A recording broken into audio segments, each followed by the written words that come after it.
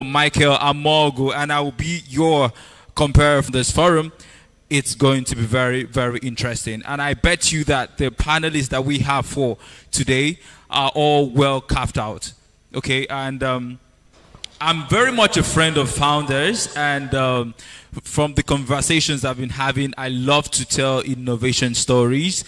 Personally, there's also a platform I host founders on, so I see these as an extension of that platform, Founders Fireside Chat and Tech Rounds, and I believe that you would see wonderful conversations here. And before we start, we will have the opening, the keynote speech by Mr. Gerald Esambe Njume. He will give us the keynote, and after that, we would have a video that would be played on the screen for all to see. So I will call on Mr. Gerald. Is he around? Mr. Gerald. Please, a round of applause for Mr. Gerald. Thank you very much, Mr. Gerald.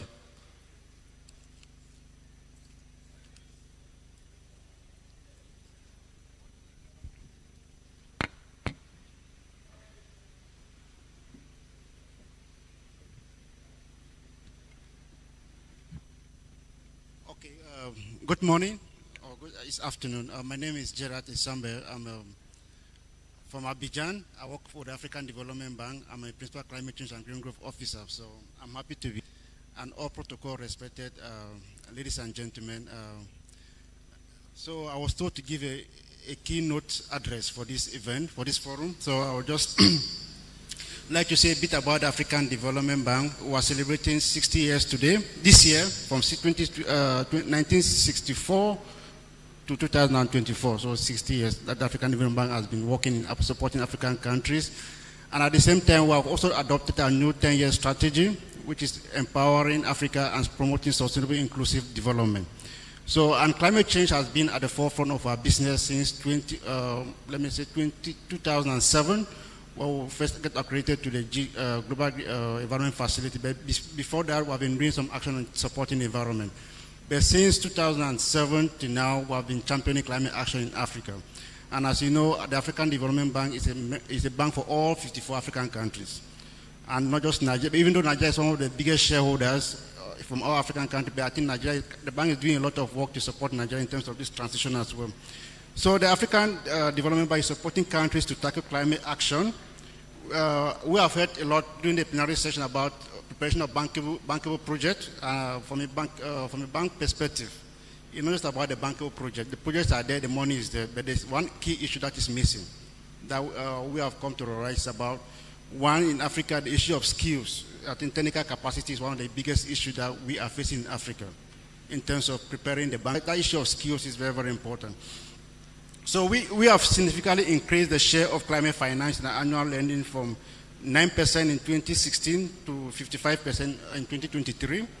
The bank is also implementing a 25 billion initiative, the Africa Adaptation Acceleration Program, the largest climate adaptation program in the world in implementation.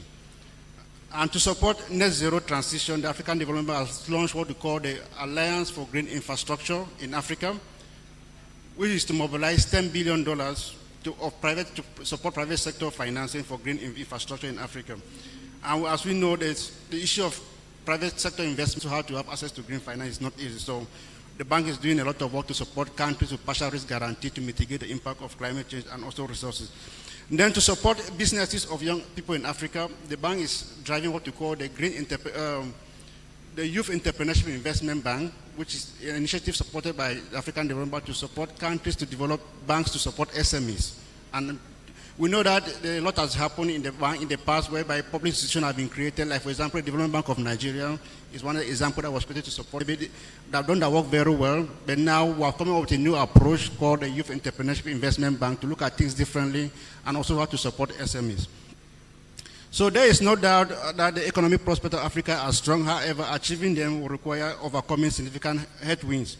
On top of this is the building of resilience of the continent to climate change. And in Nigeria, the recently enacted Electricity Act is expected to usher a new wave of reforms aimed at decentralizing the regulation and management of electricity supply, accelerating Nigeria's economic development by following a low carbon pathway. Put differently, how can Nigeria pursue policies and investment in renewable energy to achieve rapid climate goals? That's a very critical issue for Nigeria, and that's why we are here, because the net zero, the just transition, there are critical issues for us to discuss and to come up with approaches that are very beneficial for the environment and for the climate. The answer lies in better understanding of the climate energy nexus means for Nigeria, and ensuring a well-coordinated implementation of the National Climate Action Act 2021, which is expected to drive the achievement of nationally determined contribution by 2030, as well as net zero carbon emission target by 2060 under Nigeria Energy Transition Plan, transition to net zero by 2060. And the 30-30 principle remains central to achieving a just transition energy. This requires the country to achieve 30,000 megawatts of power generation by the year 2030 from the current 13,000 megawatts. So they see the gap. There's a very huge gap that needs to be made, and of which 30% should come from renewable energy.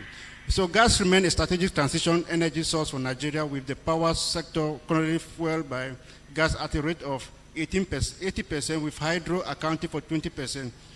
While Nigeria has several off-grid and decentralized renewable energy systems, mostly in rural areas, less than 1% of the renewable energy generated is connected to the national grid.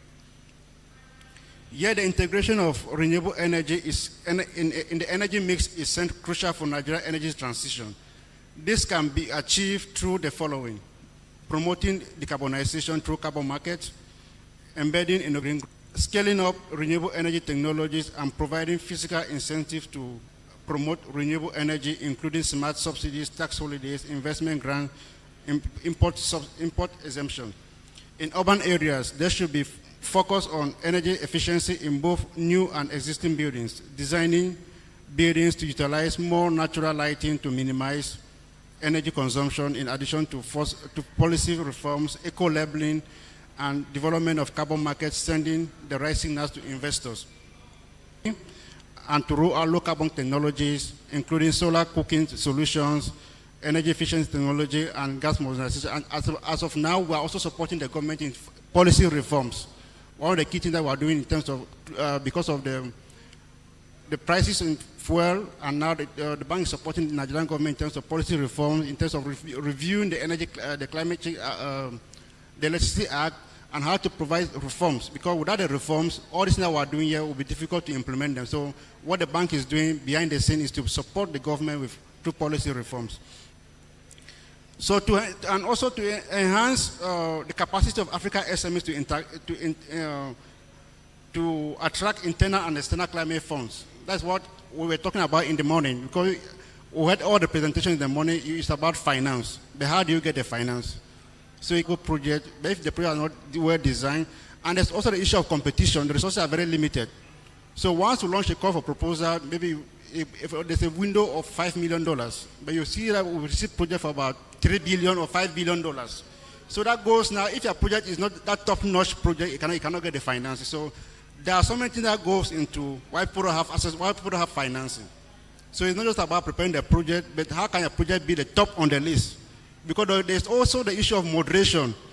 When they screen the project, there's a lot to go behind the scene in terms of moderation. So if you are not fortunate, your project can be good, but if you are not fortunate, you will not be selected. So this is not to discourage people who are project developers, but just to tell that there are so many things that go behind the scene. One, the financing is limited. Two, your project must be top-notch project. And also the issue of impact. That's something that people don't know about. Impact. What have you been doing before? It's not just about a new idea. It can be a new idea, but what is the result for you to show? Is there any result? What is the impact? What have you been doing before? So what is about scaling? How far is the project? How is this scaling? So we think that, and also what is climate finance? Many people don't know the meaning of climate finance. You're just looking for the money. They don't know what it means. So climate finance is simply the additionality of finance or whatever you are doing. So if, for example, you want to produce this pen, and there's an economic cost of producing this pen, but if you want to produce a climate-resilient pen, now you say that, okay, you have done your economic analysis, the additional cost for sustainability or to move or to bring the circularity, to bring the waste product like those children were showing, is going to cost us 5 million naira.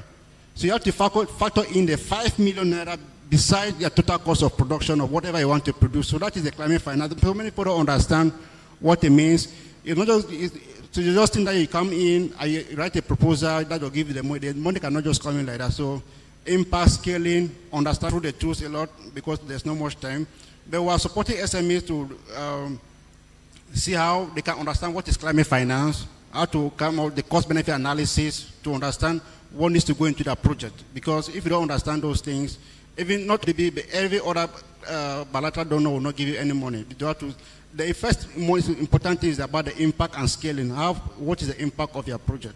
And then also issue of reporting on JJ emissions is very, very, very important.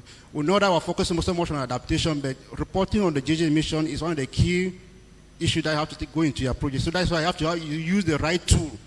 If you don't use the right tool to report your emissions, you're not going to, because you have to show the trajectory from now, from the next 20 or 30 years, how is the project going to reduce emission? And you have to, if you don't use the right tool, you will not take you anywhere. So, and then also what's of paramount importance to SMEs as well, the ESG, environment, governance, and social responsibility. I know many people confuse it with so many, they just focus on the environment. Most corporations, they say they have a policy, but for the SMEs and project developers, you have to take time to develop the ESG to meet up with the goals of the Paris Agreement now. Because if you don't do that, it will just be like any other project. So what is the issue of gender has to come in very strong through that ESG policy. So you have to incorporate gender and the climate policy, because the previous ESG policy is focused on the environment but without climate change aspect. So you have to go now to the aspect of including climate aspect in the ESG policy, and also seeing that there are clear reporting on all those things included into that. So considering African predominantly youth population, the bank has initiatives that provide direct support to foster growth and job creation within youth-led enterprises on the continent.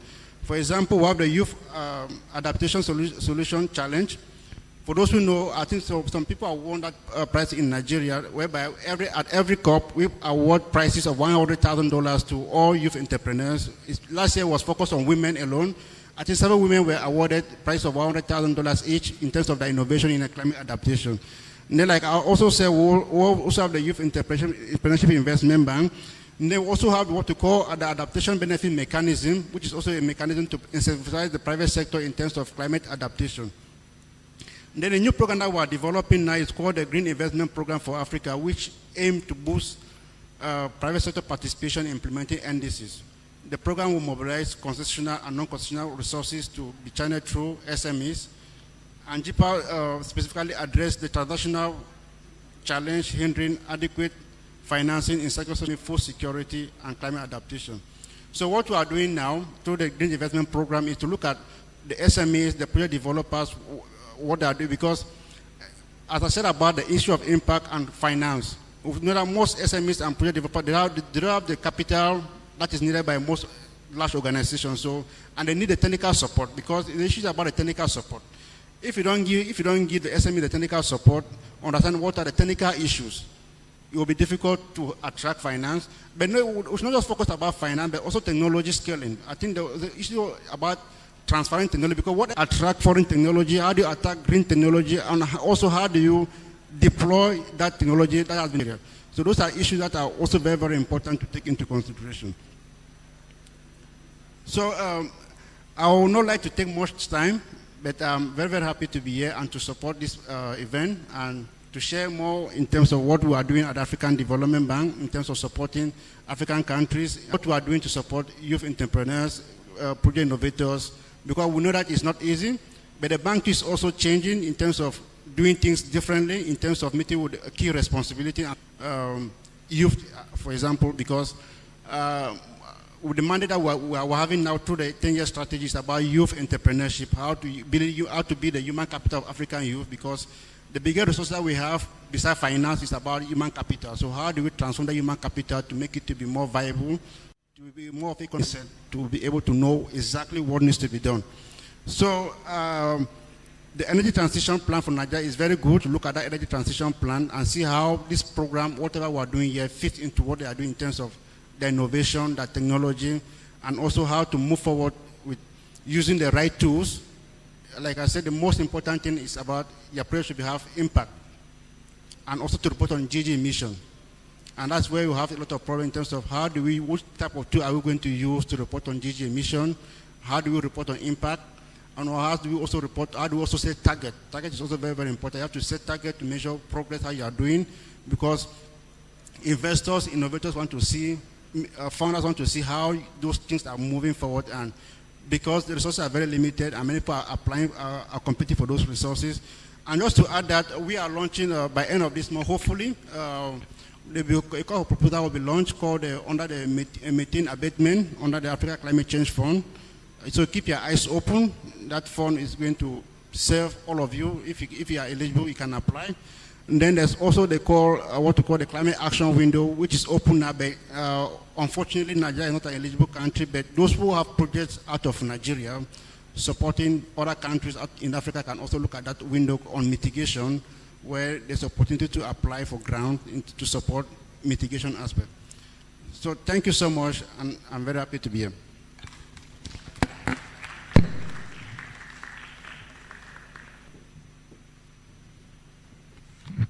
Please, another round of applause for Mr. Esambe.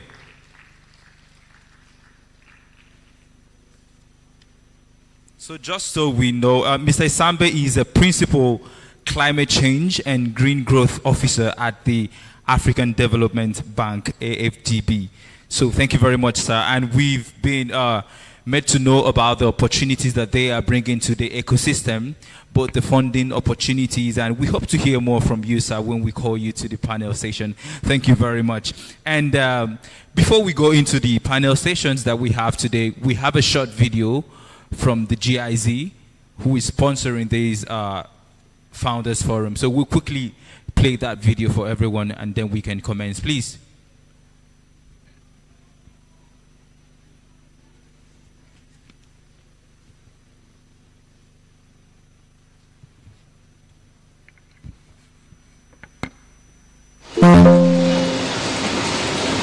My name is Compere Oku, President of West Speaker Association of Nigeria.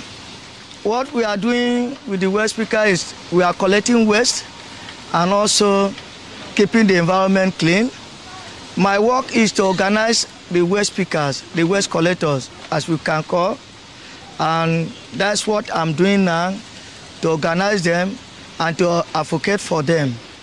That is our aim and objective of the association, and also to speak on their behalf, to see how we can be recognized and integrated into the waste management. The association has been engaged with the government and how to empower the waste pickers.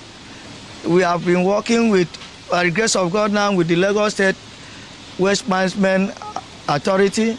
Before, they did not include the waste picker into the value chain and the waste policy. We have now recognized that we are doing a very important job to clean the environment with the waste, plastic pollution and all other waste. As we see in my environment here, you see the livelihood on waste earning through collecting of all these waste materials. We have a lot of challenges.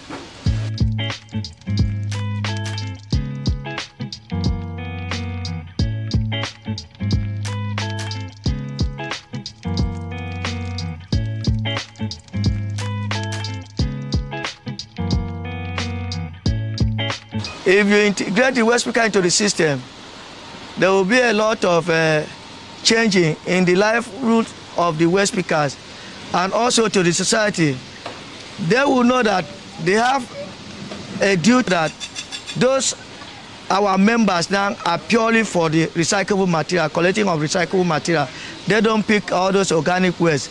Those that want to pick organic waste, we want to put them on the training also through LOMA, so that because using them for manure and all those fertilizer, bioorganic fertilizer. If there's any household that want to maybe to give out their waste plastic or any other plastic materials, they will just schedule it. Our member will just go there and pick it up there, and they will exchange maybe with money or anything.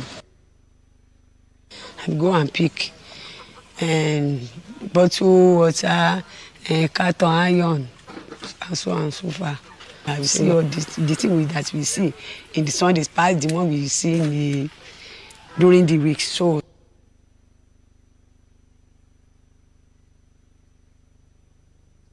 well, my name is Yahaya M. Umar, and like you all know, I'm a waste picker as well.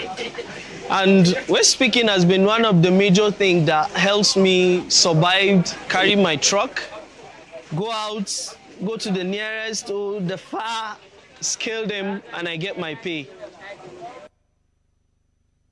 Take rubber, plastic, can, nylon, paper, carton, and slippers. Select everything, separate up. Now we can sell them. So, and you know, in circular economy, it's about picking out the useful component of waste, pre-processing it, and injecting it back into production line. So, you know, source of waste generation, and collect recyclable waste from the blue bin, and then, you know, take it to the collection centers. Some of them will also be involved at the collection centers, because Loma is building collection centers all around the city of Lagos. And so these waste pickers will also be involved in the collection centers, because there's going to be pre-sorting at the collection centers. So they're going to be used in two places, one from the source of generation, and then secondly from the collection centers. How to make sure that whatever they salvage or they pick from the waste is being used in formal, you know, production, you know, process. We engage the informal sector who recover PET bottles in particular, plastic, and then they sell to us directly. So we empower them.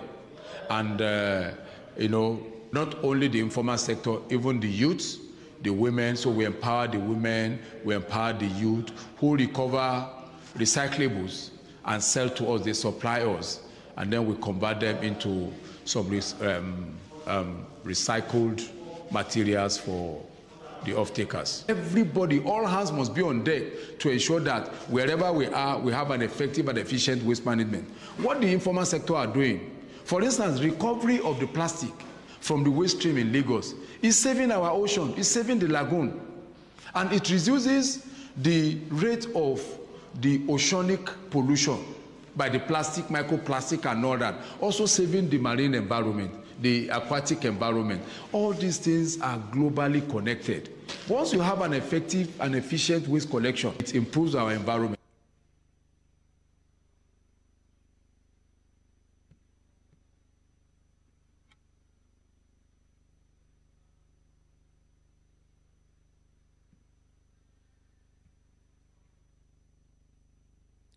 That's the end of it. Thank you very much. That's the short video from... Please, a round of applause for GIZ. A round of applause for them. For me, that's a story in itself, okay? And I was very much captivated by the last, will I call it a title there? Leave no one behind. So the journey of innovation, we have to... This is an opportunity for us to get to know each other, because for us to do this, we have to really know what each and every one of us here is building in the ecosystem. So I wanted to take just 30 seconds, look to your neighbor. It's a game, know your neighbor, okay? Just look around you, greet one or two persons, tell the person what you're doing in the ecosystem, because I would pick someone randomly at the end, and you would tell me what your neighbor is into. So just take 30 seconds and do that just now. Thank you very much. Yeah, I see people complying. Thank you very much. Shyness in networking, that could be the person you're looking for to just collaborate and take your own idea to the next level. Thank you very much. Yeah, we still have 15 seconds left. And I'm hopeful when I point someone, you wouldn't lack something to say about what your neighbor is doing. All right. I like this. I like this. Great minds think alike. Are we good to go? Are we good to go? Thank you very much. So the first panel is, and these are our panelists. Friday Oku. Friday Oku is the president of the National Union of Scrap and Waste Workers of Nigeria, NUS1, and the President's Association of Scraps and Waste Pickers of Lagos, ASWOL, a member of the former International Alliance of Waste Pickers. Mr. Friday is very active around advocacy and issues protecting the well-being and the integration of waste pickers in Lagos and Nigeria. Ladies and gentlemen, a round of applause for Mr. Friday Oku. Please kindly come up stage if you're here. A resounding round of applause for him. Thank you very much. Thank you very much, sir. You're welcome. The next person here is Aharese Onaise. Aharese Onaise. Aharese Onaise is Executive Secretary of the Food and Beverage Recycling Alliance, FIBRA, a producer responsibility organization for the packaging sector in Nigeria. She serves as a critical sector stakeholder to clean of packaging material into productive use and support policy development and implementation, working extensively with different actors in the recycling ecosystem. Please, let's put our hands together for Aharese Onaise. I hope I called that well. Thank you very much. I tried. Thank you very much. The next person on the panel is Harold Okonobo. Harold Okonobo is the Vice President of the Recyclers Association of Nigeria, RAN, a membership-based organization in the waste management and recycling sector of Nigeria that aims to bring together all arms of the waste recovery and recycling process, both supply and demand, to achieve shared value and direct economic impact. Harold is an environmentally passionate individual committed to advancing the world without waste vision, and has over 5 years experience. Mr. Harold, if you're here, please kindly take your seat. Thank you very much, Mr. Harold. GIZ, Toyin Craig Adeniran. Toyin Craig Adeniran is the private sector development advisor with the Sustainable and Inclusive Economic Development for Decent Employment in Nigeria setting program of GIZ in Lagos and Ogun State. She has also done extensive work and collaboration with the plastic waste recycling ecosystem, promoting circularity, building synergies, and addressing policy issues within the plastic waste response stage. I would try to pronounce the GIZ in full terms, and maybe you would score me. Thank you very much. Please, a round of applause for our panelists here. We have the mics there.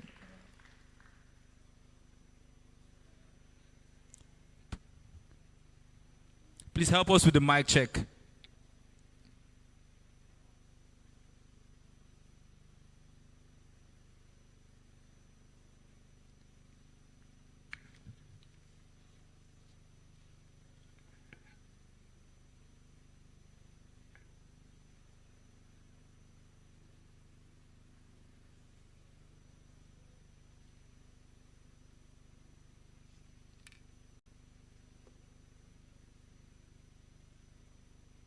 Okay, I'll just take this time to pick around and see those that have did that. Okay. Can you try it again?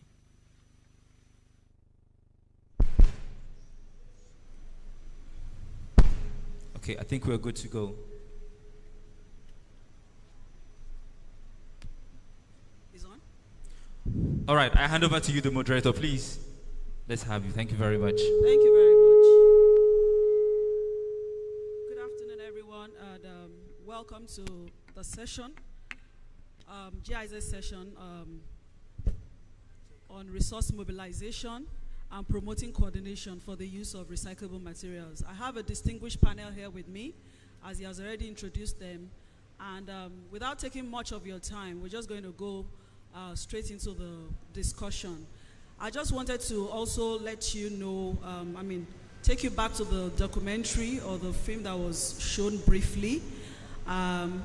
just to see some of the work that is being done within the ecosystem, working with from the waste collectors, who are the downstream, and then moving up, to the pre-processors and the processors within the sector. I'm going to start with you, Mr. Friday Oku. Mr. Friday, so thank you so much for the great work that you are doing within the sector. It's very laudable. Thank you for helping us to keep Lagos, Nigeria.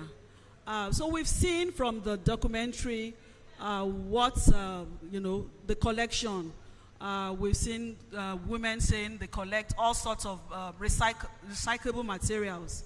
I would like to ask you, looking at, the volume of waste rated and the volume of waste collected and in sorting and other things like that, what would you say is the measure of value as regards what is being collected, and how well do you think that that actually is enough to be recycled?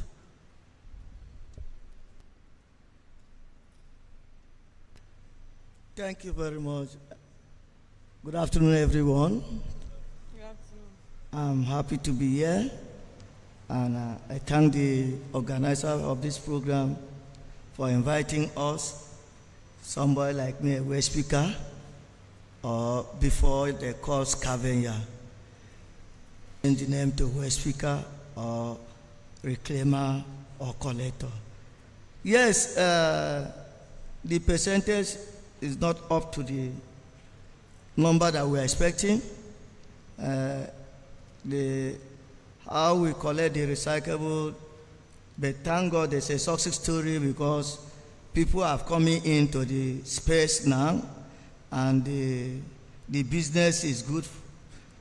Not when we started. I know when I started, PET bottle was 15 naira, 20 naira per kilo, but now it's almost 200, 300,000 per ton. And it encouraged many people to come into the space, and the vulnerables, but people that as the main people that know the job, the climate sciences, people that the activists, and we are now having even the academicians that coming in to the space, even for training of the waste speakers. And it encourage us to see ourselves as we are important also to the society, not like before. So the collection percentage now have increment, and we are not yet to that the goal that we are expecting us to, because many of the areas, the only problem we are having now is the law in Lagos does not allow people to move, especially the waste speaker. If the government can come in there and see how they can repeal that law, so that people will come in that space, and the government also will monitor us, make sure that we work according to the policy, according to the new law. I think that will increase the capacity of collection in Lagos and in Nigeria in general. Thank you. Okay, thank you. Picking, collecting, sorting within the sector. And also when we went to some dump sites, we saw quite a large percentage of people are saying that it's quite difficult to get a job. How can we make it attractive to young people so that they see the opportunities within the sector in terms of, even rallying collection points within their own vicinity, and making premium collection attractive to young people, and also using it as other sources of income? Thank you. The problem is and the implementation of the policy also. This is a sector that will create a lot of jobs, opportunity to the society. For now, if Lagos State, we are trying to roll out something in Lagos State that will create at least 9,000 job opportunity for the citizens of Lagos State. And because that was one of my vision and my goal. How can I make this business to the women to come into the space? And thank God today, our women are coming in. Some of them, they were teachers in private school, and by the time they calculate their income, what they pay them as a teacher in the private school, and what they are getting from the West speaking, I think many of them are now shift the system back to the West speaking, and they are making a lot of income from that area. So through that, my appeal is to the government that they should come into the space, make it attractable to other people to come in. How are we going to do it? Let us have a data of all the West speakers in Lagos State. Let us have a uniform PPE for them, so that if there's anything that is happening in the area, for example, maybe there's a West speaker around this area, something happened, stealing. So that's what is happening in West speaking environment. But we want to see how we can minimize or eradicate that system by giving ourselves an ID card that any person in the society can easily identify where this West speaker is from. By putting the number into your Google, and you find the name of the person, from which area and from which local government. With that, we will make the job very attractive, and people, the young one and the women, will come in, because presently majority of the women is on the sorting area, but we want them to come in. At least in the mainland, we are trying to encourage them to be in the estate, because they cannot push not that they cannot push the truck outside, but many of them will not like to do that. So we try to, many of them will come here, and now they are working in the estate that they don't allow the, majority of our members are our brother from the north, and people call them Madam or Bola. And because of that, we are trying to see that they will not allow the West speaker to come to the space, maybe in the estate and all those things. So we are encouraging the women to be on that platform, the estate, and some of the youth that is going to come in. And if those that have the capacity to get maybe bicycle or Okada, Kekemawa, that we build a cart at the back so that they will use it. But we cannot sustain the circular economy without the West speaker. And with West speaker, the climate change and sustainability of circular economy come in. So we are the most important, and government have to come in so that we can create jobs to the society, and all those insecurity will be less. Thank you. Thank you, Mr. Friday. Okay, I'm going to go to Arese Fibra. I don't know whether that has increased, and I know that you also spoke about your members receiving different recyclables. So, I mean, the focus is really shifting a bit from plastic to other kind of wastes. We would like to know more about, what your membership organization is doing, and in terms of how are they actually using for those who work with them. Okay, thank you very much, Tony. And Compere Recycling Alliance, which is the producer responsibility organization for the packaging sector in Nigeria. So Nigeria as a country, right about that time, decided that in Nigeria they will adopt the industry-led model for implementing the extended producer responsibility. Just for the benefit of clarification, extended producer responsibility places a responsibility on producers, manufacturers, and converters to the circle of their product. So when they put a product into the market, they're also responsible for the packaging. And based on that, in 2018, the regulatory guideline for EPRO was established, and with that, we're able to establish 3 different sector-based EPRO implementers called the PRO, which FIBRA is one, and then we also have EPRON for electronic waste and the ARBR for battery waste. Recently, we also have the one for the tire. So based on that, for FIBRA itself, in 2018, 4 multinationals came together to form the PRO, and that's how FIBRA started. And if you look at the 4 multinationals that came together, their major packaging was PET plastic. And so, of course, naturally, the focus was on PET plastics.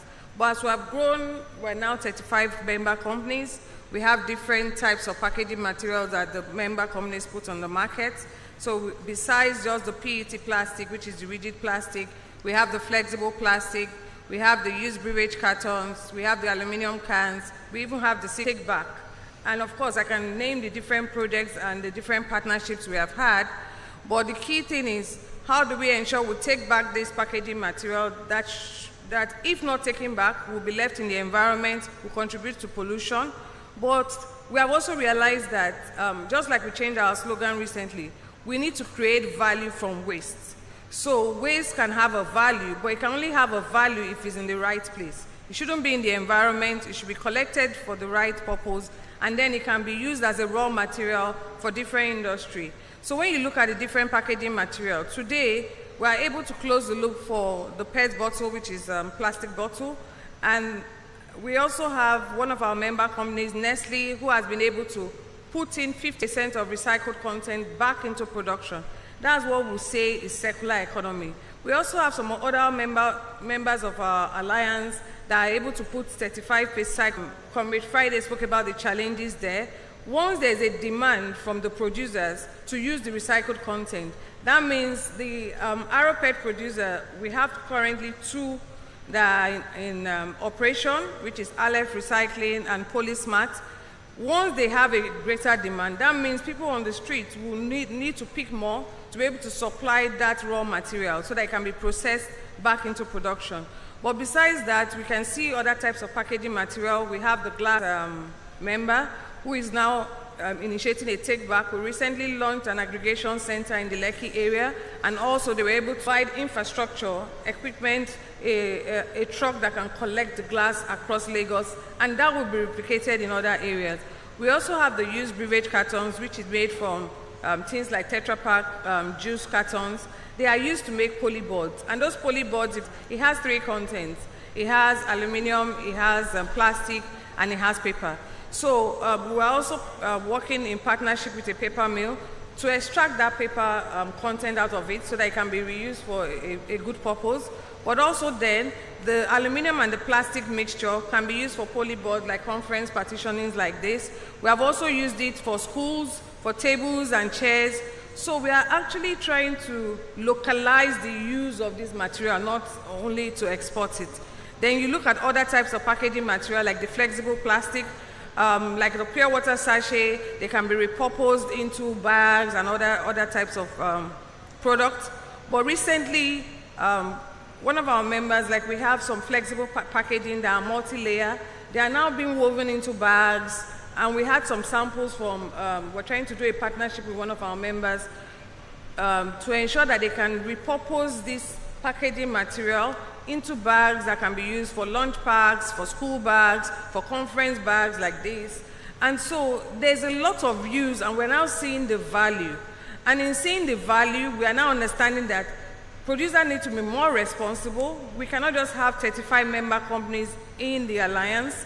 There are more than 1,000 food and beverage companies in Nigeria. So we need things like policy, need things like advocacy to drive that membership. And that will also help us to ensure that we are doing the right thing and we are working towards a circular economy in Nigeria. Thank you. Okay. Thank you. I hear you say demand. I know that on the ground demand is not, when you compare it with the supply in terms of waste collectors are bringing in, what do you feel is the fundamental challenge with regards to on-demand, local demand for circular products to match, the amount of waste that is coming in? Because if you look around, you see that we have enormous waste, all over the place. I know that most of them cannot be used because they are already, like you said, they are not where they should be, But of course, for those percentage of waste that can actually be recycled, how can we what are some of the ways, innovative ways, that you will recommend that we should, will be useful for us to repurpose this waste so that at least it matches local demand and our people can use more of it rather than demanding for, foreign products? Okay, so one of the things, there are several factors, but I'll just start with the first and the basic, which is collection.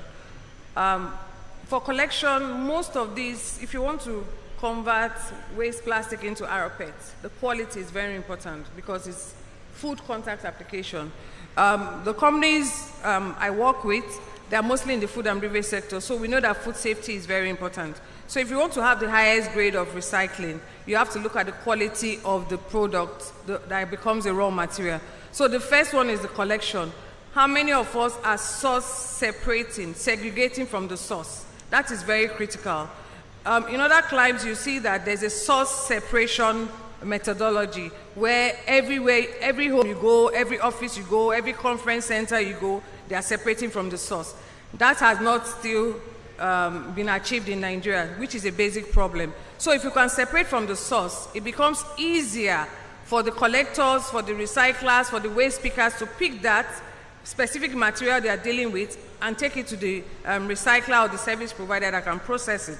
The second thing is logistics. So the place where the waste is generated to the place where it is processed, it needs a transportation. What is that transportation? What is the cost? We know the diesel cost or the transportation cost.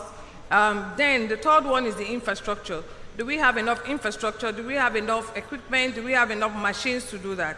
And so the Alliance has realized that over time, we have been in existence for over 5 years. We have looked at the ecosystem. Yes, the ecosystem is growing, just like Comrade Friday said, but there are also some things that need to be put in place. Source separation. We're not trying to see how can we bring the service closer to people. Because if the service is closer to people, people will use it. So ensuring that we have collection centers that are close to communities, that people can actually access it. The second one is transportation. So we are also doing a project where we are supporting with infrastructure like tricycles to ensure that we can get this material closer to the processing centers. And then the third one is having equipment like baling machine, compression machines, which also helps you for transportation. So those are some of the issues that hinder the progress of this. Then finally, very important, is advocacy. Yes, CAAF24 conference, we all know what we're talking about, but what of the people on the street?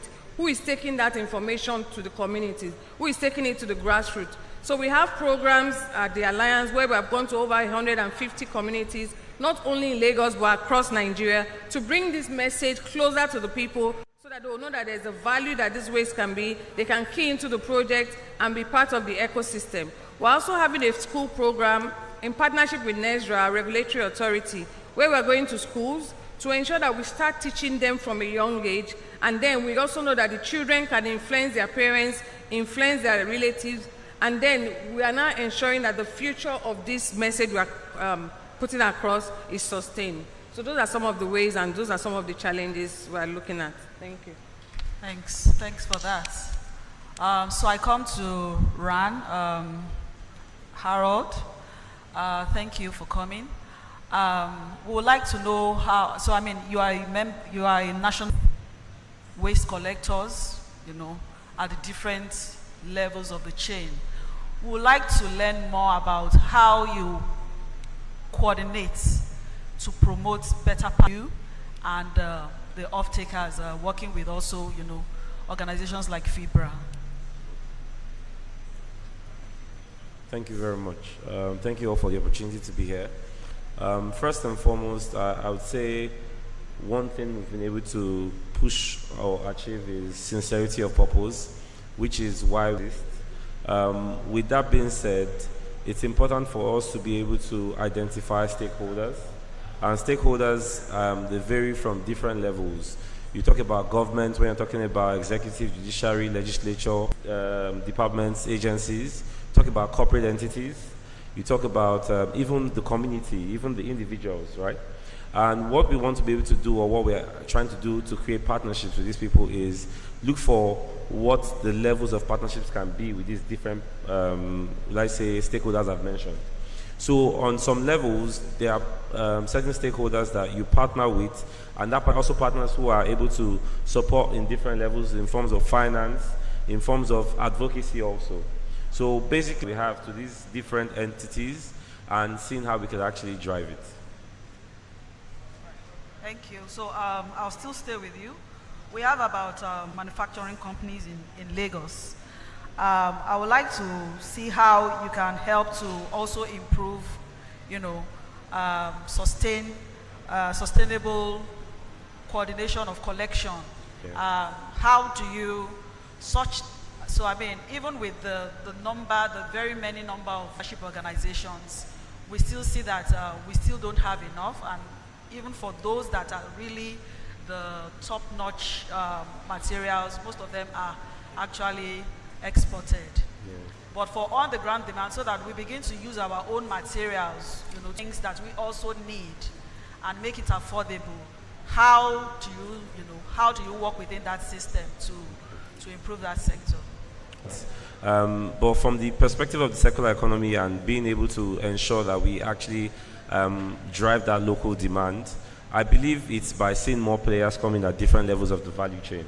Like Arese had mentioned, that when you have players like Polysmart and Aleph Recycling, already Ford integrated almost to the end, where they're creating like an almost product, if not a finished product, what you begin to see is that loop begins to get complete.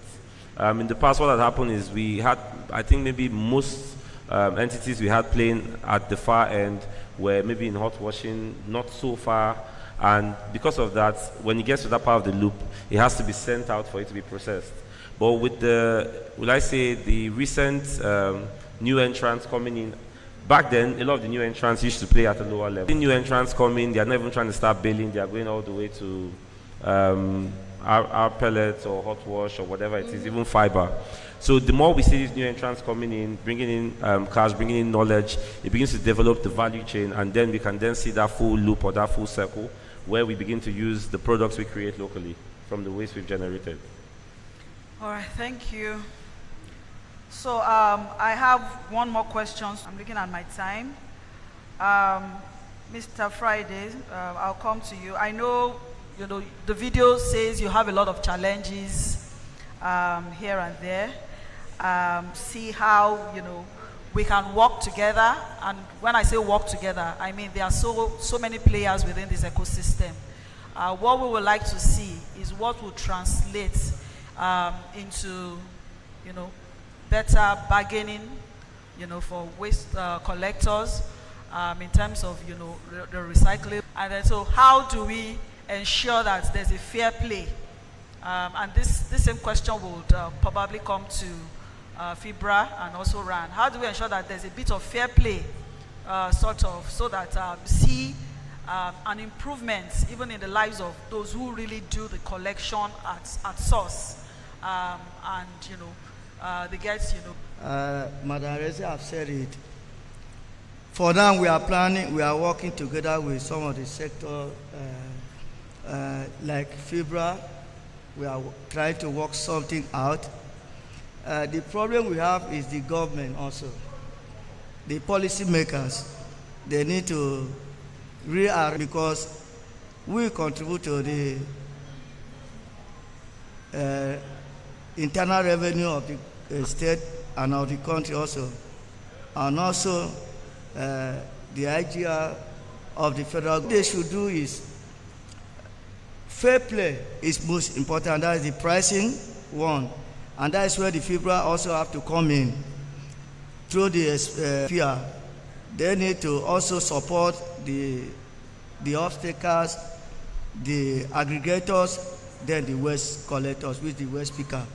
We need to play that level from even generation, from the household. We need to have the advocacy is not until we go around the government, go to the television or not.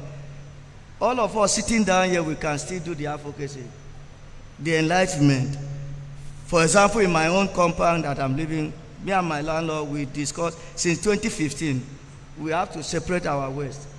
And we make money. We use that money to pay for the PSP. We use that money December, the one that remains, because we are 6 tenants, we 6 flat. We'll buy before we used to buy a ram, now we buy a car and share doing our waste, and we keep it to sell maybe twice in a year. And we are making money, somebody keep that money. So the advocacy should be between all of, not only for the government or for maybe for the private sector or all those things. We need to do it, and by the time we do it, the collectors, we the waste picker, will know where we are going.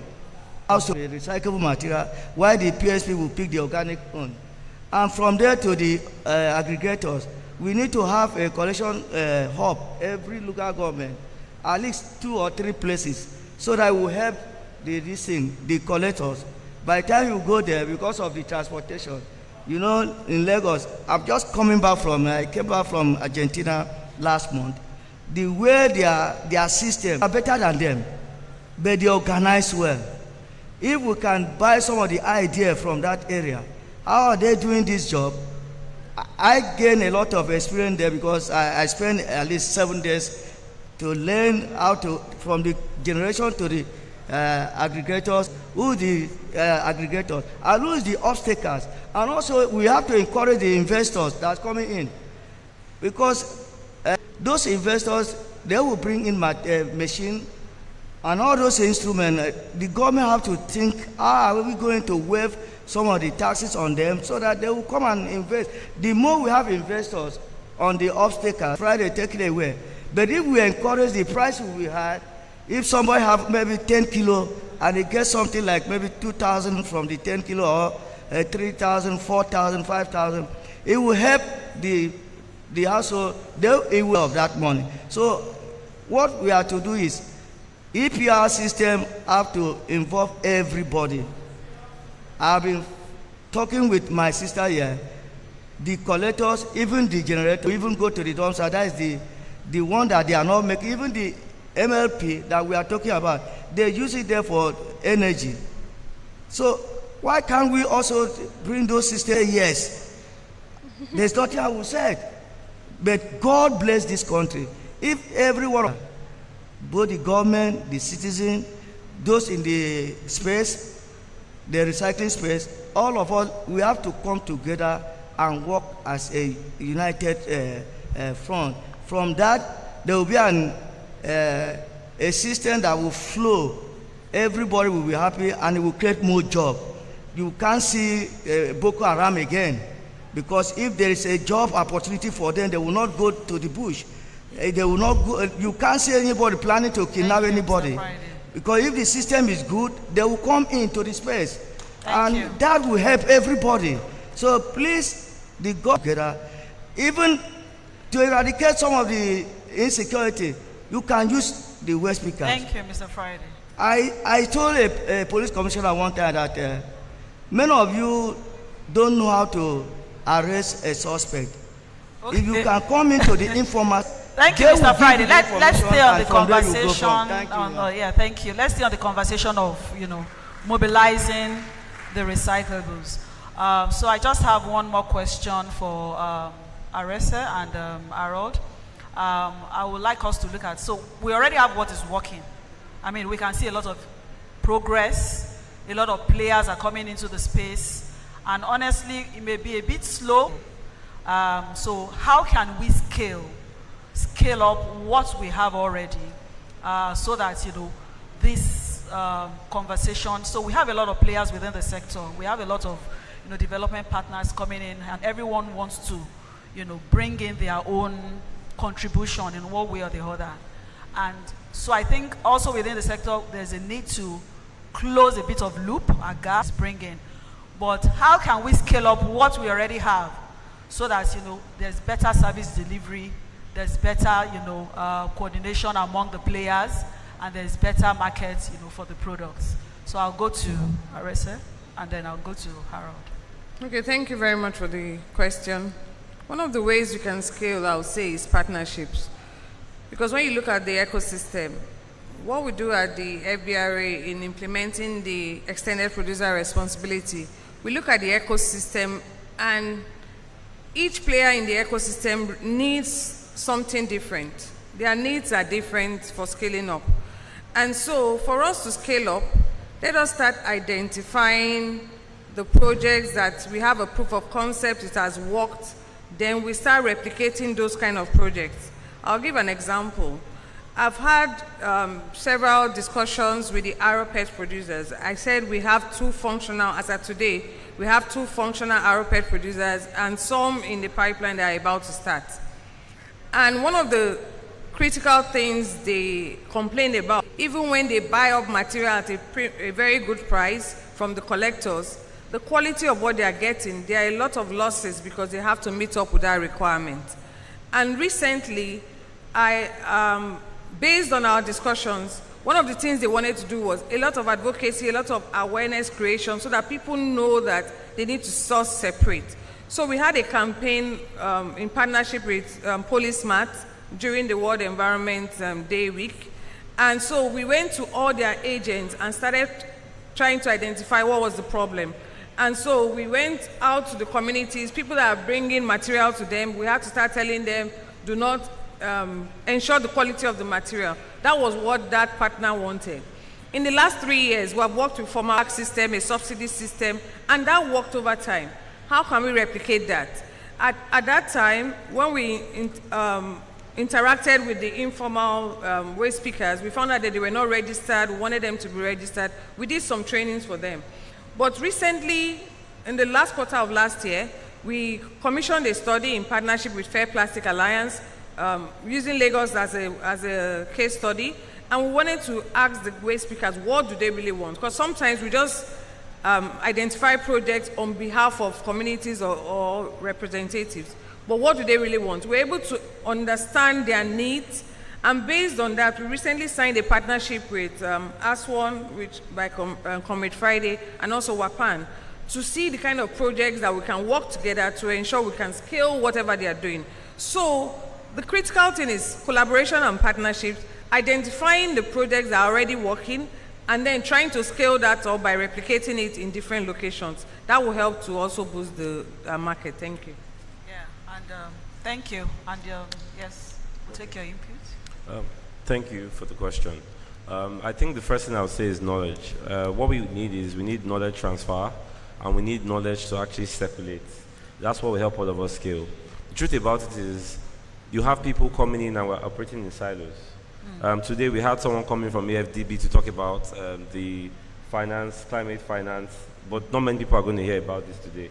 And what we begin to see across, you get different organizations, it could be RAN, it could be LAGRA, is that information is not fully circulated. So you saw the passion that Compere Friday was speaking about, like what he has seen in Argentina, for instance. If that could be implemented, everyone doesn't have to go to Argentina. But if we have a knowledge system or knowledge transfer system that enables such, would I say, innovation that they're implementing, come around and people have that, it begins to help people actually expand and people begin to scale. 2 is access to finance, which is very important. That's the key of everything, finance. Because we're in an industry that, in as much as a lot of us come in with passion, but you need finance to actually grow that industry. Lastly is, I feel, in addition to what Arese was saying, is when it comes to scaling, right? There's something you mentioned about, when it comes to scaling, I feel like if we are able to engage policymakers, it's important that the policymakers are people who are, let's say, either current or past players, let me call it that. When people are creating policies in silos and they don't, all these organizations that have the sincere purpose of advancing the circular economy, we could all sit down with the policymakers and we could all put out the problems. I'm sure we'll be able to scale both the problems that involve access to finance and the ones that aren't. Thank you. All right, thank you everyone. So one last thought, each from the panel. One last thought in terms of, what would be your... We are all waste speakers and we are all waste generators. We need to come in and work together. Let every one of us, both the policymaker, the off-takers, just come together and work with that. There will be sustainability in the circular economy. Thank you. Okay, I'll join in that to say that we all have a role to play. If each and every one of us play our role So the government has a role, private sector, the ecosystem has a role to play. Once we play our role, and then we'll work together, because that's very critical. In the past, we have seen silos, people are not working together. And by the time we started working together, we started seeing things happen. So if we keep working together, things will work out, and then we can achieve what we set out to do. Thank you. I think it's similar to what Arese has said. We just need to see ourselves as collaborators and not competitors. Citing a simple example in our field, we've had issues with foreign companies increasing pricing by which they buy. But one of them to decide if one of us will still go and you get. So the best approach is for us to work as collaborators. Give them a very round of applause. So we have heard it said here, so much has been said within this short conversation. We need to take the responsibility to begin to sort out, from source. We need to our waste from source.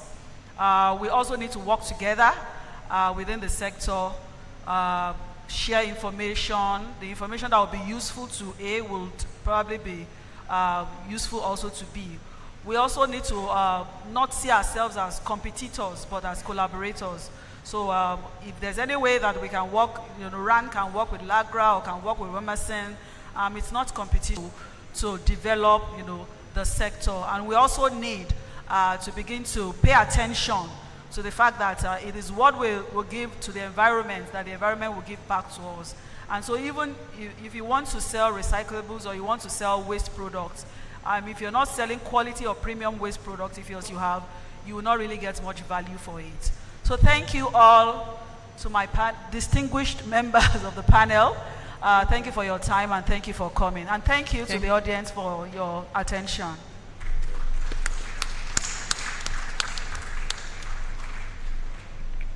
Please, another round of applause for our panelists. Thank you very much, the moderator and the panel members. So you quickly come forward for the group photograph before the next panel. Thank you very much. Another round of applause for them, please.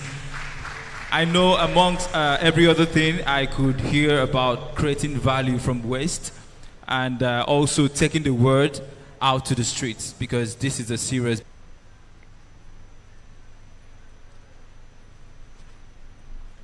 Another round of applause for them. Thank you very much, the moderator. You did a good job. And I know I was trying to pronounce GIZ, the full meaning of that acronym, and I'm still learning. I hope you would help me later on. Okay, so we get set for the panel session number 2. And please, I will beg on my panelists, so please try to keep to time.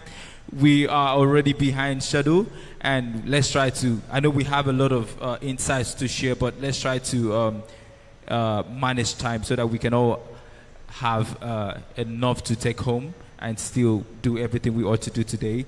So I will be inviting for the second panel session. Here are our panelists. Clem Ugoji, a public policy and circular economy expert. Clem is the founder and lead advisor at Circularium Africa Advisory. He is also an independent consultant to a number of organizations, including the World Bank, the United Nations Environment Program, UNEP, as well as the World Economic Forum's Global Plastic Action Partnership, GPAP, where he serves as the Africa Region Lead. Please, a round of applause for Mr. Clem Ugoji. Thank you much, sir. Next is Margaret Akinyemi Olushola. Margaret Akinyemi is the Southwest Zonal Director and also the Federal Controller of Environment, Lagos office. She started her career as a registered nurse with the defunct Federal Environmental Protection Agency, FEPA, in 1993, and holding a Bachelor of Science degree in 1989 from the University of Ibadan, was converted to scientific officer in 2007 in sustainable development. Thank you very much, Ma. Good to have you on board. Next, we have Dr. John McRicker is the Chief Executive Officer, Country Cluster West Africa of BASF. Initially trained as a biochemist, John graduated with a PhD in organic chemistry from Warwick University. He spent the beginning of his career in corporate and applied research, mostly for the home and personal care industry. He then had several roles in marketing of innovation, regional business management, and key account of the 7 continents, particularly in emerging and frontier markets. Thank you very much for coming, sir. Please, another round of applause for Dr. Jean-Marc Rika. Another person that will be joining the panel is Idris Babatunde Adetola. Idris is a professional ESG practitioner with over 11 years of industry experience with focus on the environment, occupational health, operational management, and compliance. He has worked with various world-class multicultural and multinational FMCG organizations, including Unilever Nigeria, Reckitt SC Johnson & Son, as well as 7-Up Bottling Company. He is currently the packaging recovery lead for Coca-Cola Hellenic Bottling Company Nigeria, where he is responsible for implementing the Coca-Cola World Without Waste program in Nigeria, working in partnership with various private and public institutions within the plastics value chain. Thank you very much for coming, sir. Good to have you on board. And then we will also be having Dr. Femi Idowu Adegoke. Dr. Femi is a chartered Western environmental sustainability expert with master's and professional doctorate degree in advanced municipal solid waste treatment technologies and collection implications. Masters of Science in Environmental and Earth Resources Management from Kingston University, Surrey, United Kingdom. BSc Honors Geography from Ahmadu Bello University, Zaria, Kaduna. Doctor of Philosophy Honors, Leadership and Sustainable Development, International Institute of Leadership and Manpower Management Development, Doctoral Fellow Institute of Leadership and Manpower Management Development, Fellow Professional Leadership Practitioner Institute with various professional development courses from session is Adamu Garba.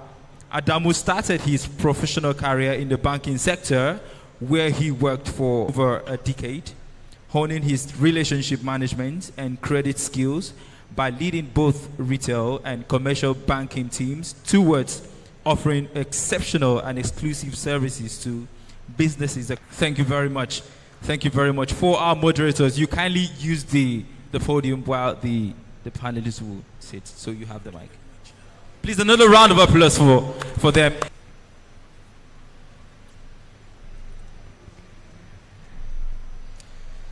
A very warm welcome to you, distinguished ladies and gentlemen. And I know it hasn't been easy to be resilient and sit for hours. And we appreciate your attention. And a round of applause for yourselves just to keep, the vibe going. Thank you. Please, a round of applause for yourselves. I think I would like to begin with a simple exposition which would guide us onto the thematic area of focus today in innovation and circular value chains. At the NCIC, I'm the COO, and we have manned and managed a lot of, in about a few seconds, would set a trajectory to 2 years. And when he began to, at the back of his house, we call it the backyard, yes? So his neighbor actually thought he was crazy because he couldn't see the value or couldn't understand why he was gathering a lot of plastics in his backyard. And over time, that neighbor realized that there was value in what was being aggregated at the backyard. And behold, today, that neighbor who's also a plastic waste recycler today. So you can see that there's an advocacy gap, there's an information gap. And that is what we want to close today during this course of our panel discussion. Just to give a bit of context, around the world today we generate over 2.5 billion tons of waste. And less than, I would say, 30% of that is recycled. And if you look at the big guy on the tables, that's plastic. I think we generate over 350 million tons globally. and less than, I would say, 10% is recycled. In Nigeria, it's about 2.5 million tons and less than another 10% recycled. I don't know why 10 is a number, but that's a baseline. And the reason why we actually have this data is because we have superheroes. I don't call them waste speakers, I call them superheroes. The superheroes are the ones who, I thought you would clap for them, actually 1% or 0 point some funny figure, percent. And I think about 70%, I think it's owed to them, the waste speaking community. And that's why we call them superheroes. Finest minds across the ecosystem who will be to Dr. Jean. And I'm beginning with you on the basis of challenges. So what are the most significant challenges there are in terms of adopting circular economy models in Nigeria? You could identify them and tell them how these challenges can be addressed. Over to you, Mr. John. Well, long answer, but I'll make it short. I mean, I could start with a long list of problems. First, acknowledging the size of the problem that we have. You gave number, but Lagos is 830,000 tons of plastic every year, accumulating. The lack, and you have to be intentional, I'll come back to that maybe later. The Secretary of FBRA said that earlier. I think the biggest challenge we have is coordination and collaboration. Every single week we have conferences, panels like this one. We sign MOUs everywhere. And we are still struggling to find a common agenda. I think we have to acknowledge having different agenda, competing for those to mature. And that's what I say by being intentional. I mean, that we go a bit beyond PET, that is well established. And again, you talk about WAPAN and the waste speakers. We give them opportunity to collect more waste because now there is value on styrofoam, on water sachets and everything. But I think all your question boils down to our ability as a community to better work together on a common goal. Thank you very much. In one word, inclusivity. Idris, I will come to you. We watched that video, quite and inspiring. You could see what the waste speakers were doing. It's I would say aligned with initiatives and projects and programs by responsible entities and partners. So could you talk to us about any successful case studies that you know, especially around plastic waste recycling? Thank you very much. Of course, my name is Idris Adetola. I'm the packaging recovery lead for Coca-Cola Hellenic Bottling Company, of course, and I support the entire Coca-Cola system to drive the World Without Waste agenda in Nigeria. Now, that being said, you made mention of something very critical, and I think I'll really lean on what Dr. John just mentioned earlier on, and what most of the other speakers had actually echoed. The role of collaboration and partnership really cannot be overemphasized. And when we look at what are the successful case studies of what had happened in terms of plastic collection innovation projects in the past 10 years, right? I would say those are some of the critical elements that keeps, holding all these projects and all these initiatives together. I'll give you a typical example. We are currently running out some specific projects, which includes the Cycloplast project. I'm not sure you are familiar with that, right? There's also the GBF, ECI project. Now, these are key projects that addresses some fundamental issues that we've come to see across the. Number one, the depth of the initiative. What is it out entirely? That's number one element of what we've seen that has been common with successful, implementation of this project. And of course, the second thing is what impact is it also looking to make, socially, economically, and environmentally. More recently, we've also seen this kind of partnerships coming through from larger corporations between, say, for example, Coca-Cola and USAID, with the more recent Nigeria Plastic Solutions Activity Program. Now, this program is looking to aggregate the entire value chain and, more importantly, resolve some critical issues that he also just mentioned, infrastructural issues, right? knowledge gap, looking to work with us within this critical sector. And now, when we're talking about plastics, we are not focusing on PET bottles alone. We're talking about the broad spectrum of plastic waste that is. The fact that when we look at these successful case studies, at the end of the day, ensure that it delivers economic value to everybody across the value chain, from the waste pickers and all the way down to the top of the value chain, which is to the recycling point. Yeah. So those are some of the critical ones. Yeah. All right, thank you very much for that submission. Margaret, could you tell us how public-private partnership can drive sustainable practices in Nigeria? Thank you very much. Thank you very much.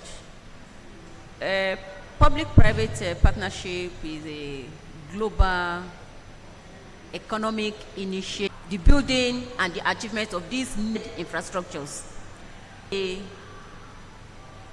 benefit and the proponents of public-private partnership, we could see that when they come together, they are able to share the risk, because everybody knows that every business is risky, and if the business is not well managed, the burden can outweigh the other one. So PPP has the privilege of sharing the risk, apart from having the opportunity of having even a world standard and infrastructure development. We are talking of secularity. If we look back to what Nigeria used to be, you know that when you walk around the street, you see lots of white elephant projects, uncompleted projects, but with this partnership, viable and strong infrastructures had been able to achieve. And there are even some that the government may not even have to spend a dime, because the money project, while the PPP has the potential to rub their intellectuals, their innovations, their artists on the team, because there is a room for capability building. So if you don't imbibe the knowledge in them, there will be issues, there will be dragging back. But because they have access to the capital market, to the money market, so money will not be an issue for these private sectors. So it is just together. And because they are coming with an agreement that they know, okay, we've signed this contract, they are conscientious to it, they are devoted to it, they are committed to it, to say that no, this one must not fail because we have a name to defend. And they put everything into it. But looking into it, when the necessary social structure, at least make it strong and reliable, we can achieve it. It's been working in other companies, in other nations, and Nigeria should not be left out. Thank you. Thank you, Margaret. I see that you're speaking more on risk management and responsibilities as well, key stakeholders and value chain players in some sort of way. Mr. Clem, I would come to you. Your question is basically around gap resolutions between policy and the actual play, in the field of work, I would say. So what types of strategies do you think Nigeria can employ in terms of sustaining sex while looking at, the right policies and, regulatory frameworks that can viably drive, this secular economy all been advocating, on? Yeah, thank you very much, Dr. Adamu. I think Nigeria has started on the right... I'm not a doctor yet, Adamu. I'm prophesying for you. So Nigeria has started on the right note with the circular economy roadmap. I think that is a place to start. And the good thing about the document is that it's an articulation of, where we are as a country and where we want to be. And of course, there is a historical context, for the kind of aspirations and the targets that we have there. But then again, the roadmap is a roadmap, Okay, and we know that it doesn't end with having a road, to make sure that the plans that we have in the roadmap can actually come to light. And in doing that, I think something is very fundamental. Waste is critical to the circular economy, because at the end of the day, it's about waste reduction value through waste. Now, to do that, we also need to, first of all, develop a strategy that kind of reforms our municipal waste management sector. Currently, I think our municipal waste management sector is directed towards disposal, collect and dispose. The value recovery component of it is very limited, and that is something that is just emerging. So we need to be able to redefine municipal waste management, not as a disposal activity, but as a value recovery activity. And I give you an example. For instance, you know that typically when you look at even the waste collection aspect of it alone, it's about collecting and dumping at the dump site.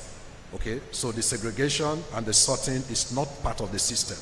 So we need to be able to redefine that, because we focus is on value recovery, which is where we then begin to emphasize the segregation at source and the sorting. Creating a market economy. At the end of the day, the question is, what are you going to do with the waste that is collected? Who is going to offtake the waste? Yeah. And that is where I think we lack the regulation in this country. And we see that there are so many, low-hanging fruits and opportunities that the country has not taken advantage of. For instance, we can look, the various industries that they are today. The packaging industry is a good example. And in the last session, a lot was discussed around the issue of PET recycling and the reuse of PET waste to produce new bottles. But unfortunately, even though we have 2 recyclers who are able to do bottle-to-bottle recycling in Nigeria, the regulatory, policy that can ensure that the market is able to offtake that material is not there. So which is where we need things like a recycled content policy in the country.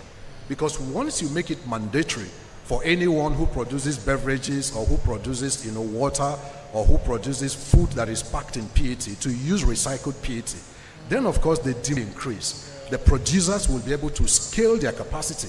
Collection will increase, and the value paying players will in the end be the beneficiaries for it.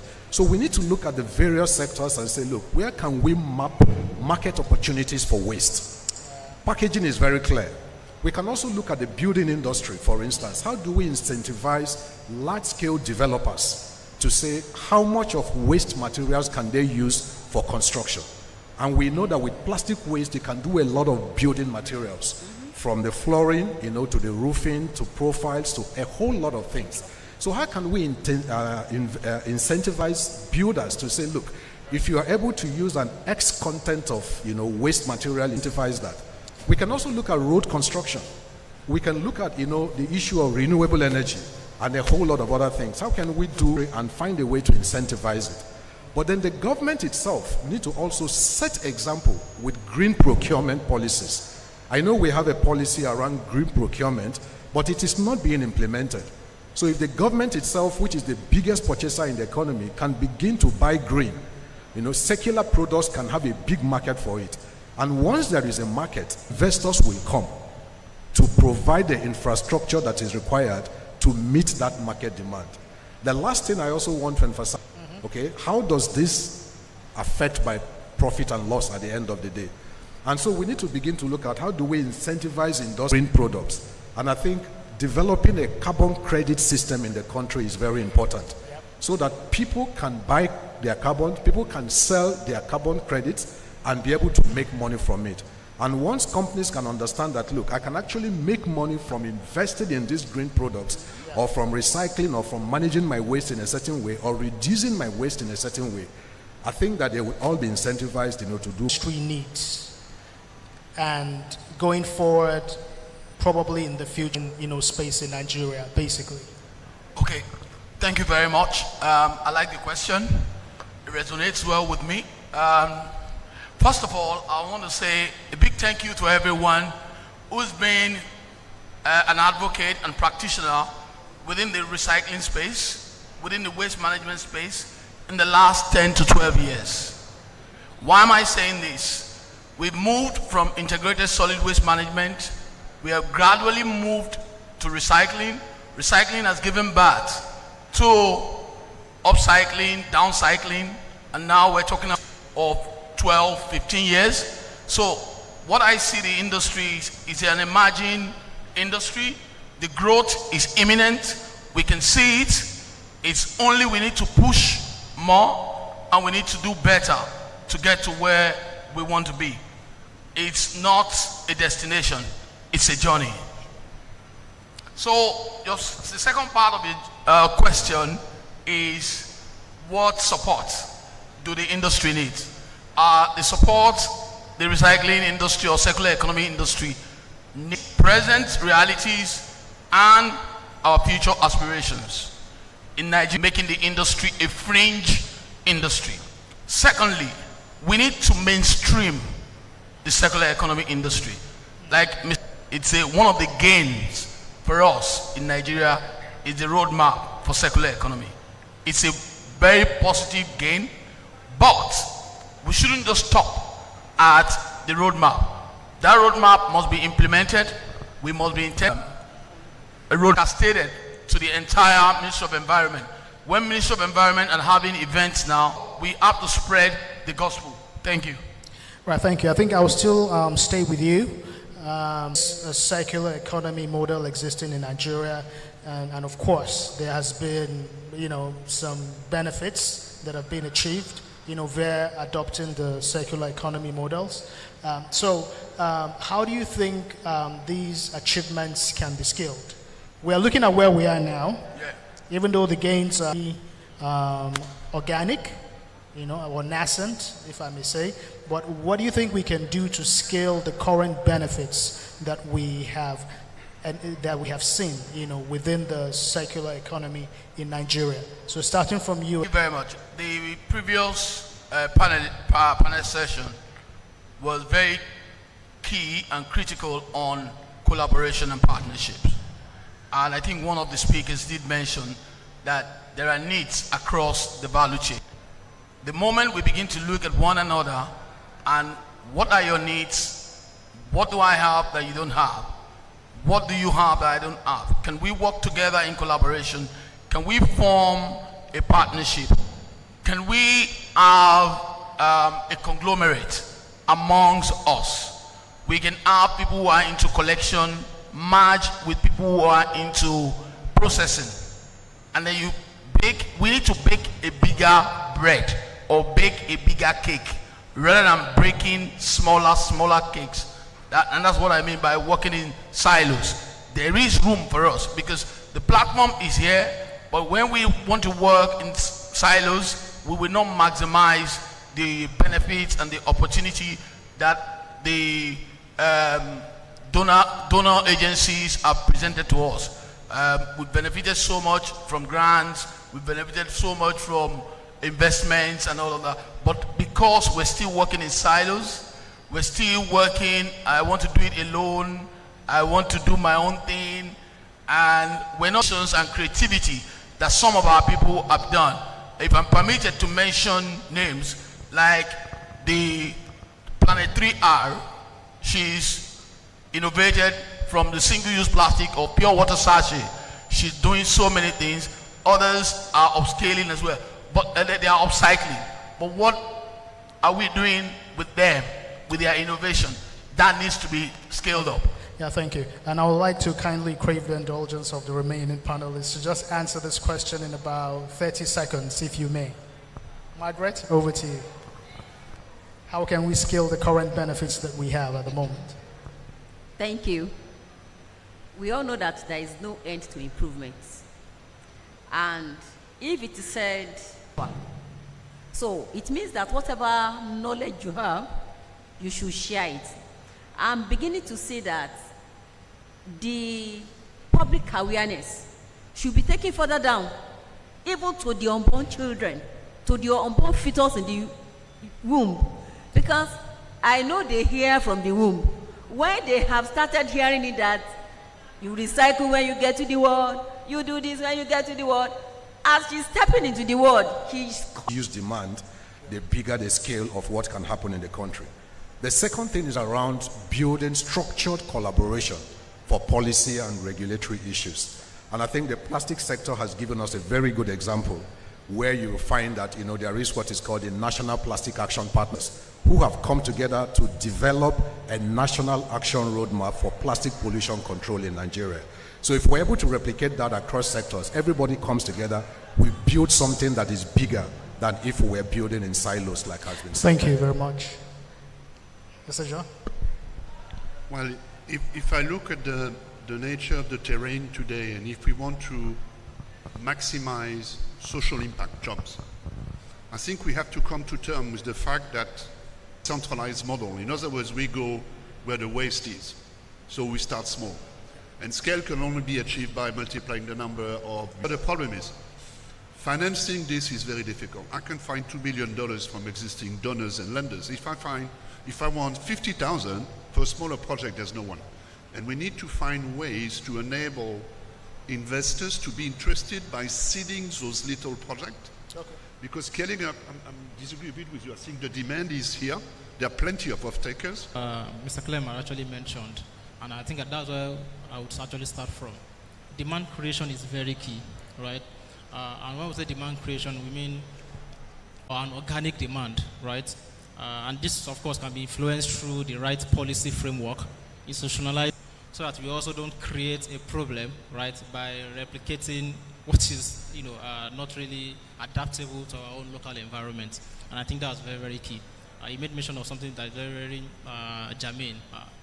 Not just looking at plastics within the, bottle-to-bottle recycling, space, but more importantly, how can we also leverage across different sectors to incentivize them to actually, introduce the use of recycled plastics. Of course, that will create organic demand for most of these recyclables. That's number one. And I think another thing for me to really scale up is more importantly access to technology, right? Access to the right technology that is fit for our environment. Access to technology and access to sustainable finance. Dr. John just made mention of access to finance, which is very key. How do we access sustainable finance? How do we get circular economy businesses to subscribe to green bonds, micro lending that can actually help them not just to meet actually making at this point in time, which is, I think, is to sum this up, it's something that is very, very key in terms of how we also address circular businesses going forward. Before now, it used to be a social for good, good for the environment kind of approach, but more importantly, for you to access sustainable finance, for you to access credit, you must approach this commercial enterprise point of view. It has to be a proper business model, right? It has to be a business that has a proper P&L that has, a clear capability and capacity to bring back revenue and generate, positive impact. And that's how you can actually access lending. And I think that's how we need to approach it. All right. Thank you very much. I think they deserve a round of applause.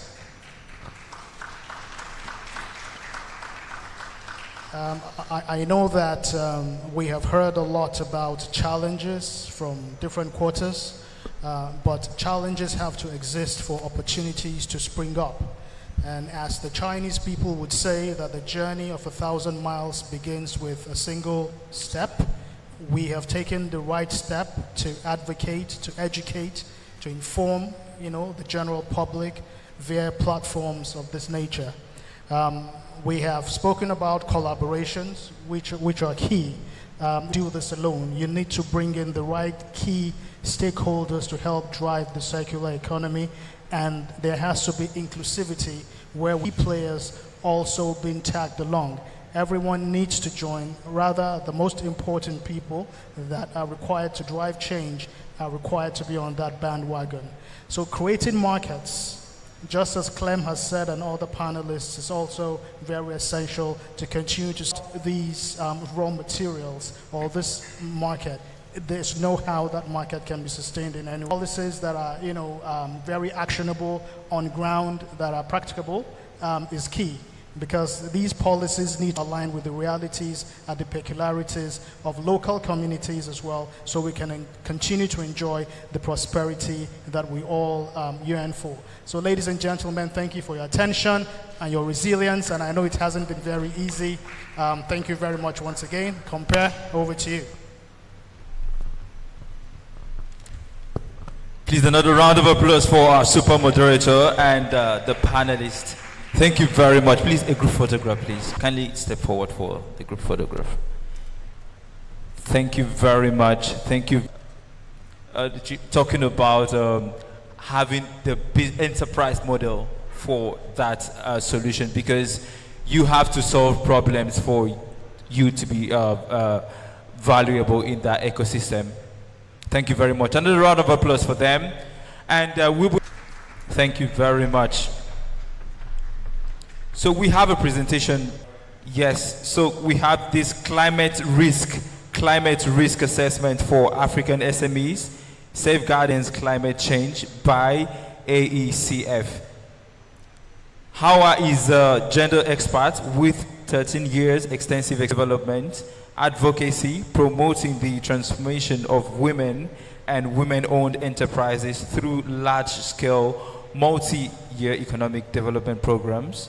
Hawa has vast experience in gender lens investing, improving the lives of, boosting economic growth, bolstering well-being to all stakeholders, and creating compelling opportunities for investment, including women in agribusiness and climate-smart initiatives. Hawa has an MBA from Bayero University, Kano, and is a certified alumnus of Harvard Center for International Development, Harvard Kennedy School. Please let's give a round of applause for Hawa Omar. Hawa Omar, kindly come up to the stage. Currently serves as the climate finance specialist for the African Enterprise Challenge Fund, AECF. His extensive background includes positions with local and regional banks, as well as the Ministry of Finance, Planning and Economic Development in Uganda. He is also a member and trainer for Sustainable Finance and Trade Finance at the Uganda Institute of Banking and Finance. Paul Bia Mugisha, thank you very much. So we are going to do a quick exercise before we commence this session. Please, ladies and gentlemen, can we be on our feet for this warm-up?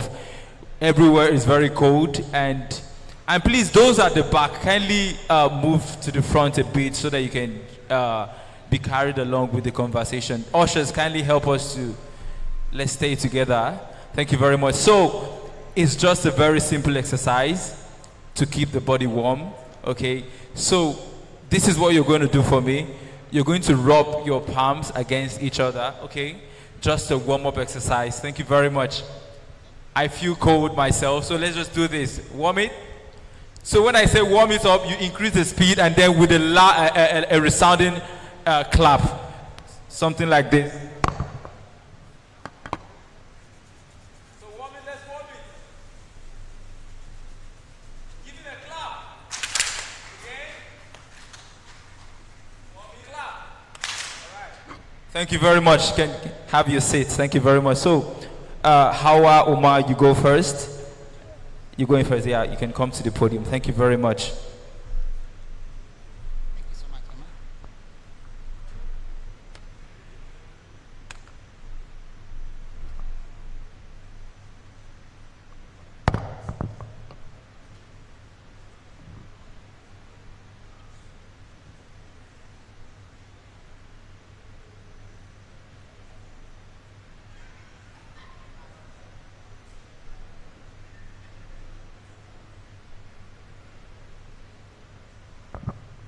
Thank you so much, Emma, our moderator.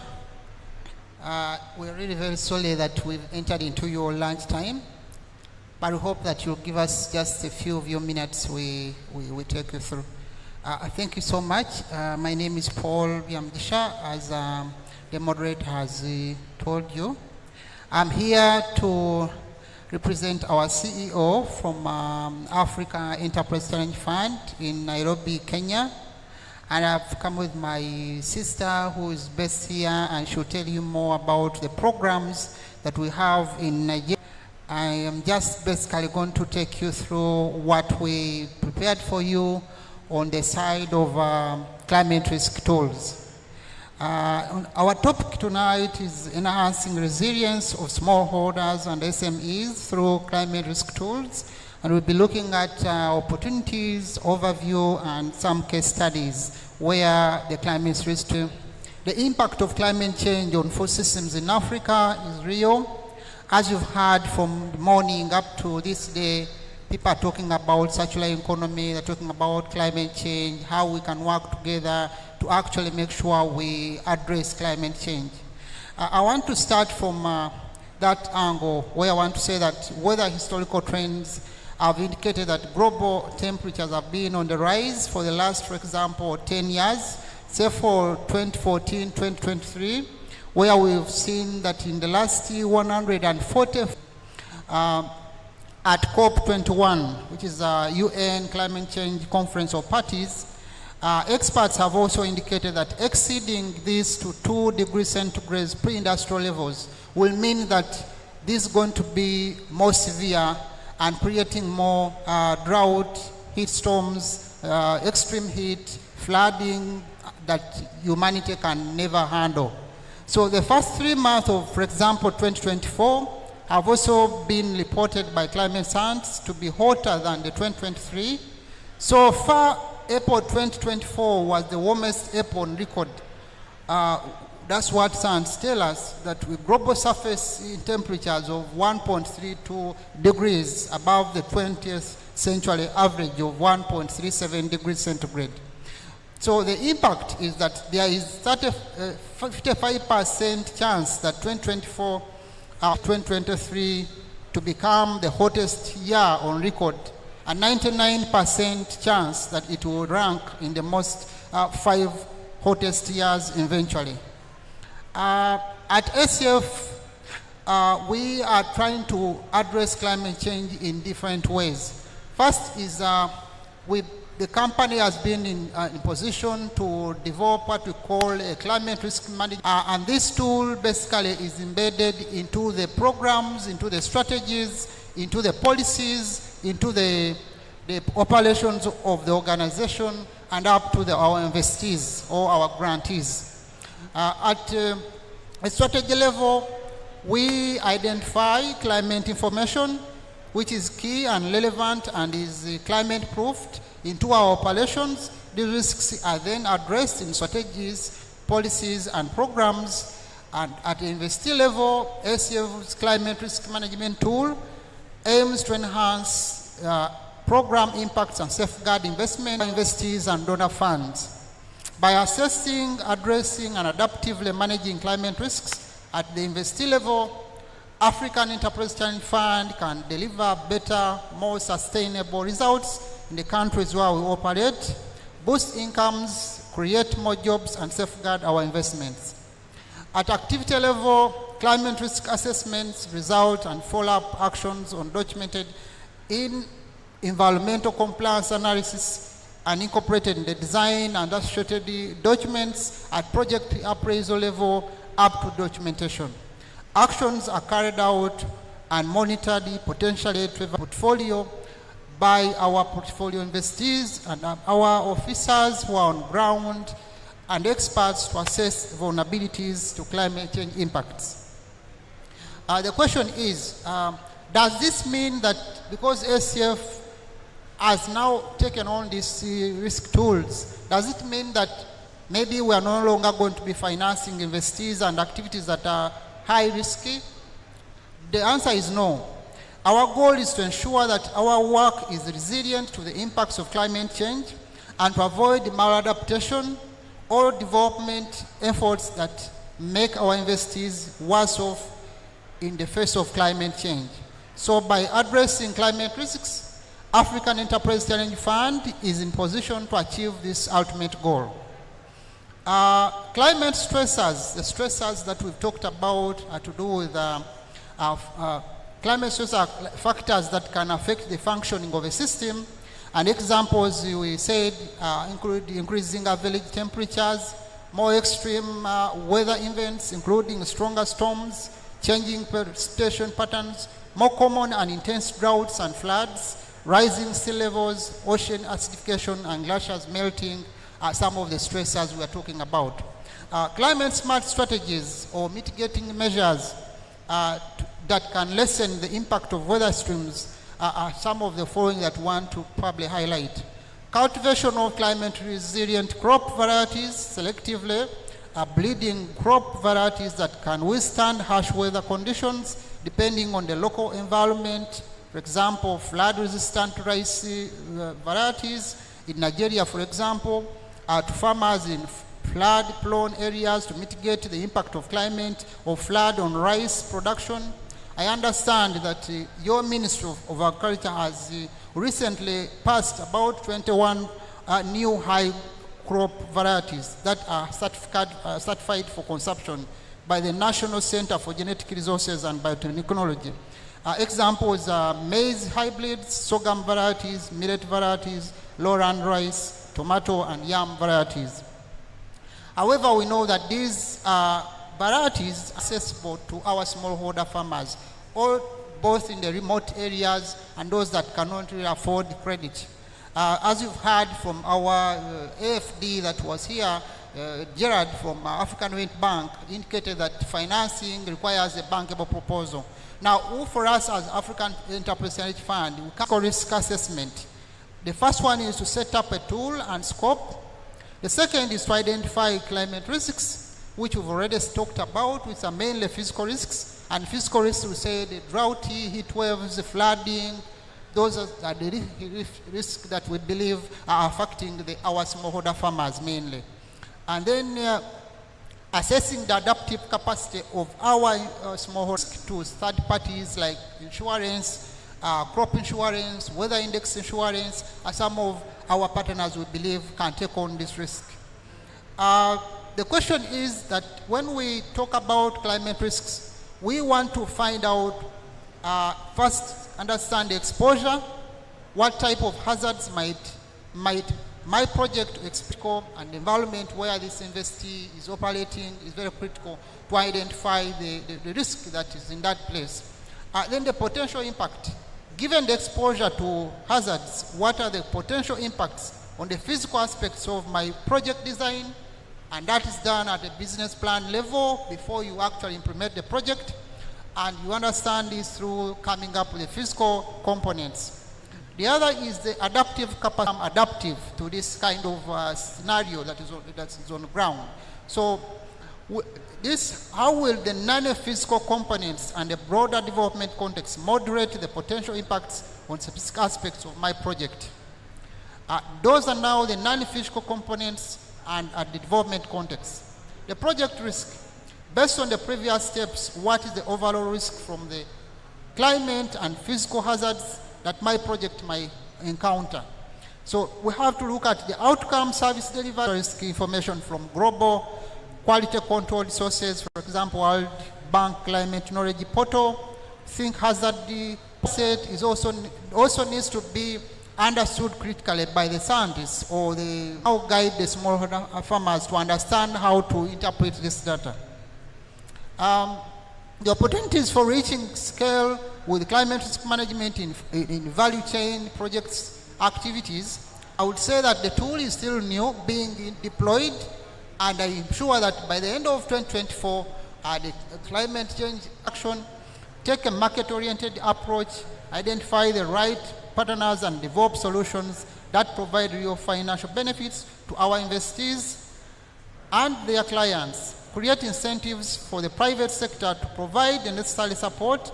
And the lessons learned is that we have to build links among the key agencies responsible for delivery of climate information and technology transfer, include farmers in their decision making, so that they understand where we are looking at heat-tolerant varieties, seed varieties, maintain diversity through seed banks, including wield relatives, test different seeds under different conditions, integrate fertilizer advice and supply with wider soil management and precision farming, investigate financial channels and programs, index-based weather index insurance, and introduce measures to counter soil erosion. For example, terracing, contour bands, drainage, agroforestry, perennial crops, increase soil carbon, and improve the management of soil organic matter, and rehabilitate degraded lands, and adopt water conservation and efficient measures such as water harvesting, efficient irrigation infrastructure, and historical data that has been captured by organizations like World Bank, updating this information, which is, of course, it is usually updated by World Bank and some of these institutions. But at a local ground level, you also have to do some bit of assessment so that then you validate that information that is already being displayed on the websites. So the screen tools rely largely on the World Bank Climate Change Knowledge Portal, which provides historical and future climate and climate. In some cases, the climate changes and is able to guide the smallholder farmers. The theory of change will be, like for example, activity that aims to increase productivity for smallholders. The design team identifies drought-limiting productivity to be addressed maybe through provision of drought-resistant seed variety. They hypothesize that the activity works, and if the drought occurs, they will be more resilient than those that did not use the drought-resistant seeds. It would be, in this case, smallholder farmers that have been able to visit the demonstration plots. Outcome indicator would then include the number of distributors selling these varieties of seeds to these farmers. And an impact indicator could measure the productivity of focusing on rural excluded women from the financial system. And 80% of its portfolio is under agriculture, smallholder farmers, and micro small enterprises. 40% of these smallholders are utilizing crop irrigation and crop insurance. Because of this tool, there is data that is being adopted, and farmers are adapting to these conditions and using the smart practices and crop insurance to mitigate against these risks. We believe that the company or the microfinance institution will be able to deploy funds and reduce the default rate from its customers and be able to use the tool to ensure that the farmers can benefit from the loans that they take. The second case study is about also agribusiness where we have Afrifruta as an investee from Mozambique.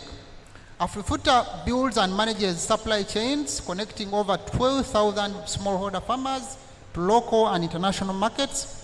With funding from African Enterprise Chain Fund, supported the company to secure new orders and establish an ultra-modern processing plant, with 88% of workforce being women, trained to maintain the quality assurance of its products. Integrating a climate risk management tool into its operations has enabled Afrifruta to anticipate and mitigate climate risks before they become critical to disrupt key fruits, vegetables. Installed and activated crop irrigation on approximately 2,000 hectares.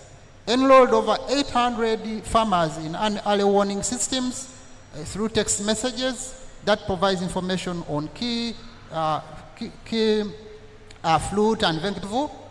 That also was established in 2000 and was established in promoting the growing of cocoa and vanilla and exporting these products to the global market.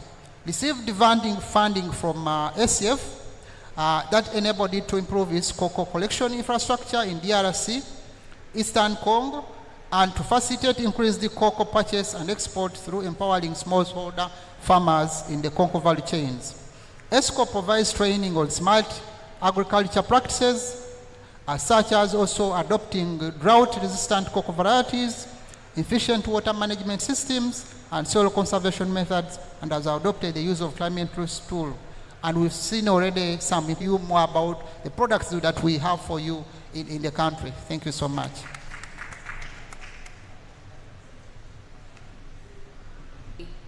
We invest in women-owned or women-led businesses.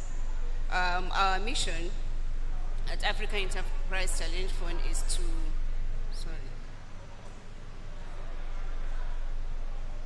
a prospective enterprise and resilient rural Africa. So by doing that, we catalyze, grow, and improve the. So African Enterprise Challenge Fund have different programs in different countries in Africa. We have programs like investing in women in Nigeria, which is focusing in Kano for now. And then we have another one in Burkina Faso, Benin, and then other programs in Kenya, Mozambique, South Sudan, Somalia, Ethiopia, and many other African countries. So in African Enterprise Challenge Fund in Nigeria, agricultural sector. We are focusing on agricultural sector, and through that, we are investing in women-owned enterprises, that's women-owned businesses, companies, cooperatives. We have financing support to these companies, and also advisory support and also advocacy. So by financing support, what we mean here is that we give grants through competition to companies. That's the concept note. When you pass that stage, you move to the next stage of the screening. That's business plan development, and then due diligence. And by the time you pass that, then you access your funding. But what we are looking through at that is that we need companies that have, especially at the rural areas and also bottom of the ladder, where women will be beneficiaries. So we need high impact for women beneficiaries. And we need companies that have focus on climate smart initiatives, and also, as I mentioned earlier, agricultural sector. So within the agricultural value, the whole ecosystem. So African Enterprise Challenge Fund support these women or support these companies. We are reaching the what we give because we have understood that there are a lot of challenges that women face. There are a lot of barriers, not only in funding, there are other things, access to climate smart initiatives or solutions or technologies, access to education, literacy, and what have you. So this is why we are different. African Enterprise Challenge Fund stand out. We also invest in high-risk or fragile communities. For example, I mentioned South Sudan. We have an office, we have a program in South Sudan, a way to go to South Sudan, but AECF stands out on that. We have a program that is supporting women in South Sudan. And then we also support to advocate to public sector through, by building the capacity of these private organizations or women at the cooperative level to advocate for favorable policies that are gender sensitive. Our intervention is also focused on gender lens investing. Around the world now, we can see that a lot of fund managers are only funding towards gender lens because that's what gives more growth, more skill for businesses. So our focus is about gender lens investing. We invest in programs that have high impact for women with a gender focus, not only for the access of funding, but for all other activities at the implementation level. And for the agricultural sector, we said from production level down to processing. So it could be as the in-growers, as I mentioned, as farm processing, all the value chain along the agricultural sector. So right now in Kano, we have a $15 million Canadian grant to support women, to support women-owned or women-led organizations. So when we say women-owned or women-led organization, we want to see if the company is not owned by a woman, but at least the management, the high-level management consists of more than 5 women. So we want to see women growing because we understood that from our learnings and insight as a result of our implementation, women are not at the decision points, making positions. So we want to see women upscaling. And then by investing in businesses, we also want to see that these women at the bottom of the ladder are scaling, not only moving along the value, invest in others. So we want to see the whole system growing. We don't only give funding and we end our intervention at that level, no. We continue to support them with technical support, technical assistance in terms of even at the lower level or community levels, with advocacies, with also things like village savings and loans, where they can be supporting each other.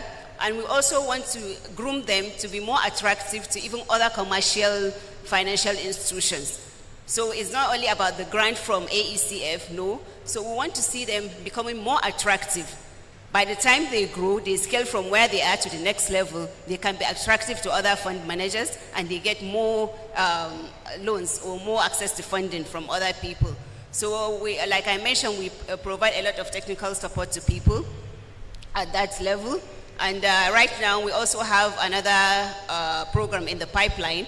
Like my colleague has mentioned, we are focusing on climate. He has discussed about the climate risk assessment too. So right now we are also launching a new initiative in Nigeria, in Abuja, the Energy Transition Challenge Fund. So this is in our support to the achievement of the net zero 2060 by Nigeria. So we will soon be launching the program, Energy Transition Challenge Fund, which will be focusing on household, institutions, agricultural institutions, and even communities to embrace energy, so that we also contribute towards the reduction of greenhouse gas and also contribute to climate solutions. So the program will soon be launched in Nigeria, and it will cost across all the 36 states in Nigeria. So African Enterprise Challenge Fund, we have some lessons that I would want to share. I had wanted the guy that presented from African Development Bank to be here, because he mentioned a lot of things about ESG, environment, social and governance, gender, and other things that, and some of the barriers companies faced while trying to access loans. I think so this is what African Enterprise Challenge Fund is also focusing on. We don't just give grants, but we want to see the impact at the level of, especially for women. So we have a lot of barriers that women face in terms of accessing grants. For example, lack of business development services. So if you don't have, we understood that even the women groups are not really fully registered. Most of them are just operating, they don't operate cohesively, operate individually, they don't collaborate or collectively, operate collectively. So these are the kind of barriers that now hinders their access to financing from different, either grants or loans from commercial or microfinance institutions. And there's also lack of knowledge or information on certain things, lack of access to technological information, climate solutions, and what have you. So for the economy to thrive, we need to support this kind of women, and this is what African Enterprise Challenge Fund is doing. We say we have cooperatives in Nigeria, but most of the time, these cooperatives are not really full-blown cooperatives. So we have issues while trying to support them. You find that in cooperatives, they can't put together a simple concept, not to talk about a business plan.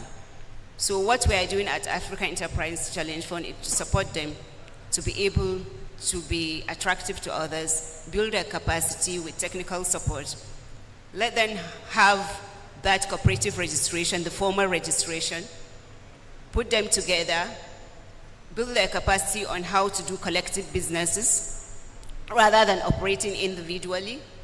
Because if they don't operate collectively, they can't have access to a lot of opportunities that we see and we hear about.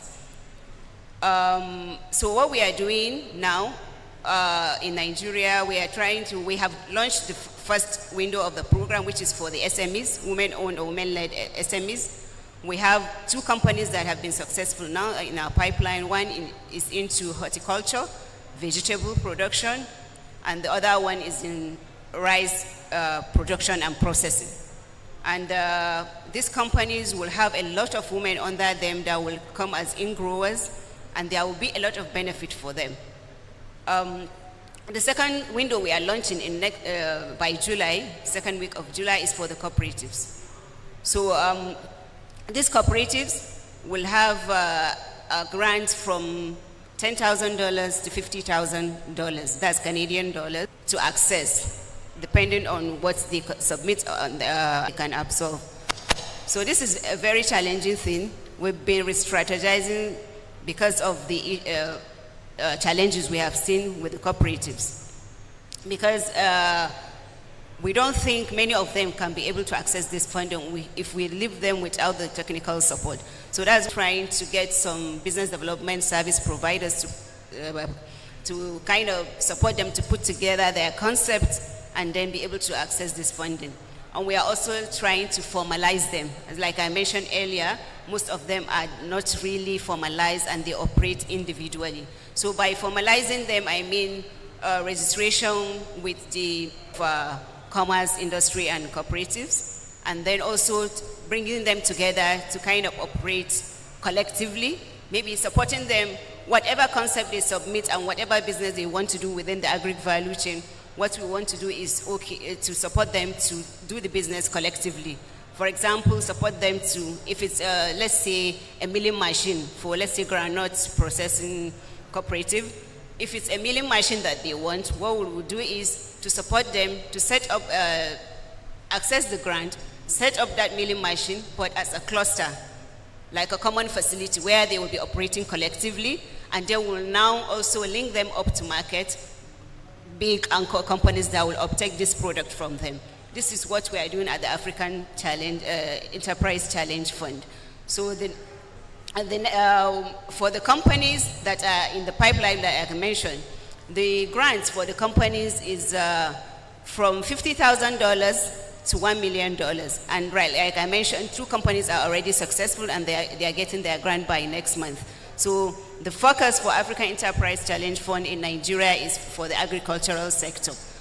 But for other countries, we have in Kenya for the blue economy, we have various other programs in different African countries. So, but what we want is whatever investment, and we have some fund managers here, and like African Development Bank also mentioned, we need people to have this investment focus, and then scale up, and then look at the additionality and other factors. So African Enterprise Challenge Fund is investing in women in Nigeria, and with focus with gender lens investment and adaptation of climate smart solutions.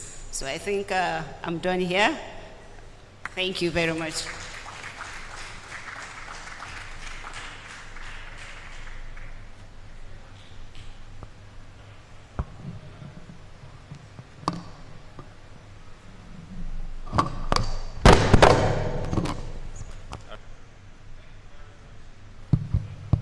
All right, thank you very much. Another round of applause for them. Thank you very much.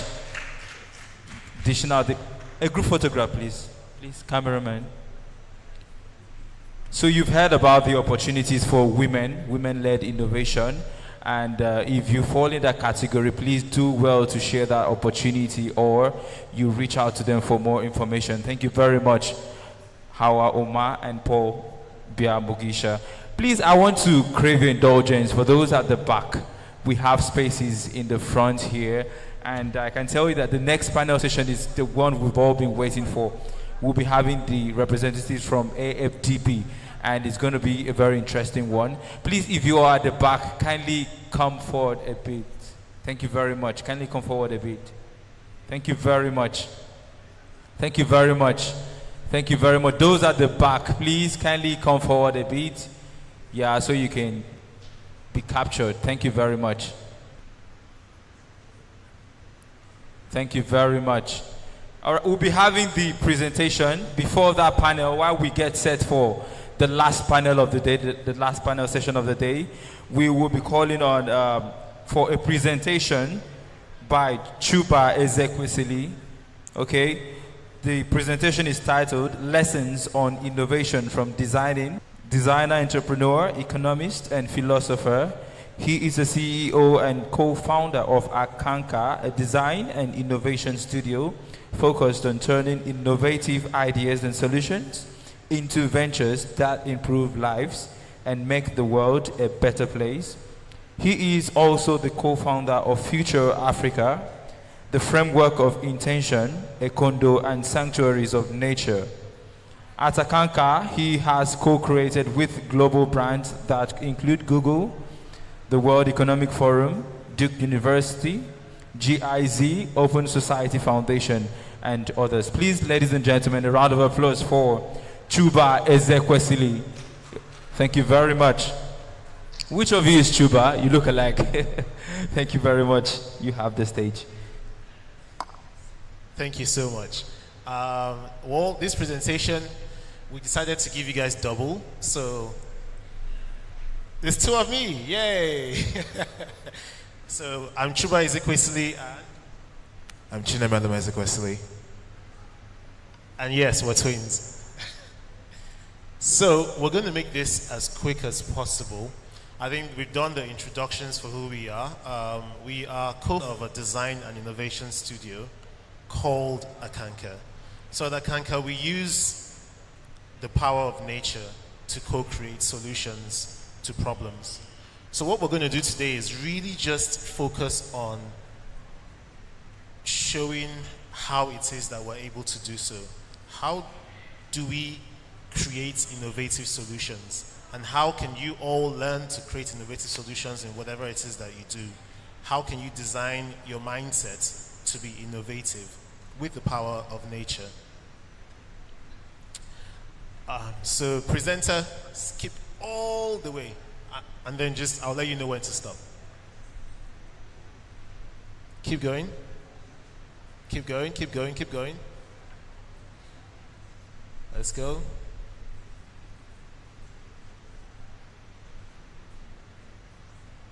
Let's go. Aha, okay, back. Back. Aha, there we go.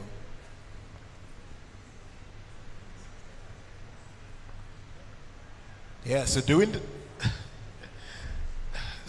lockdown, we decided to walk in nature just to see what it could teach us, because we have a strong belief that by paying attention to nature, you learn a lot of lessons. Nature has been the custodian of all the lessons that we have in our reality. Each and every single thing and innovation that has been created over the past years of existence of humans has come from nature. And so during the lockdown, we paid attention to nature. We decided to work on transforming a concrete walkway in our studio from what it was to a Garden of Eden. Okay, next slide, please.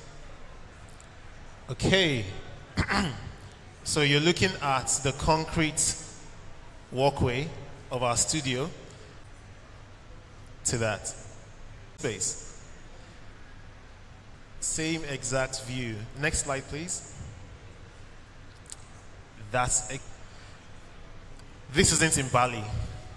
This isn't in the US. This is in Nigeria. You can see what happens when you can transform concrete into a garden, right? But for us, what was important wasn't just the transformation of this space. It was the lessons that nature taught us as we transformed this space from what it looks like to what it looks, and then finally do what? Take responsibility. Next. Okay, so slow down, we've talked about it. Next, please. So this is the question for every single one. Whatever problem that you have right now, think about the problem that you have. Just think about. Now ask yourself, how can I slow down to trying to solve the problem? That's not innovation. Innovation is solving a problem in a new and unique way. You must define the problem you're trying to solve. But for you to do that, you must what? Slow down. Slow down and research. Slow down and question. Slow down and be curious. That's the way to be innovative. Next slide, please. Next. Yes, to innovate, ask yourself, how can I give gratitude for what I have? How can I learn from others? You see, the first step was to slow down. The key part of slowing down to identify the problem means that now that you know what the problem is, you also have a clue as to what the solution can be. And the key part of finding the solution is starting with what is around you. What do you have to get to what you want? But the only way you can see what you have is if you're slowing down to actually just give gratitude for what is. Start off the same way that you saw them. They started off small. So ask yourself, whatever it is that you're trying to solve, what's the first step that you can take? What's the first thing that you can do that moves it forward just a little bit? Just a little bit. And if you can identify that and focus on solving for that, you will find that the next step becomes present to you. So that's the framework of intention and the framework of nature. Slow down, give gratitude, and take responsibility. That's it. Thank you.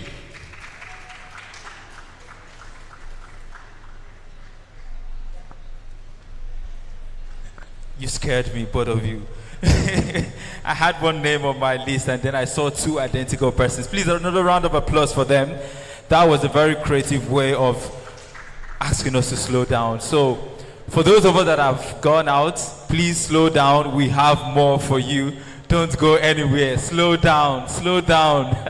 Thank you very much.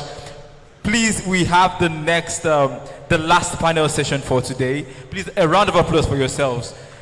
It's been wonderful that you've waited, you've slowed down to this point, and we'll be having that panel session, FDB GCA Youth Adapt.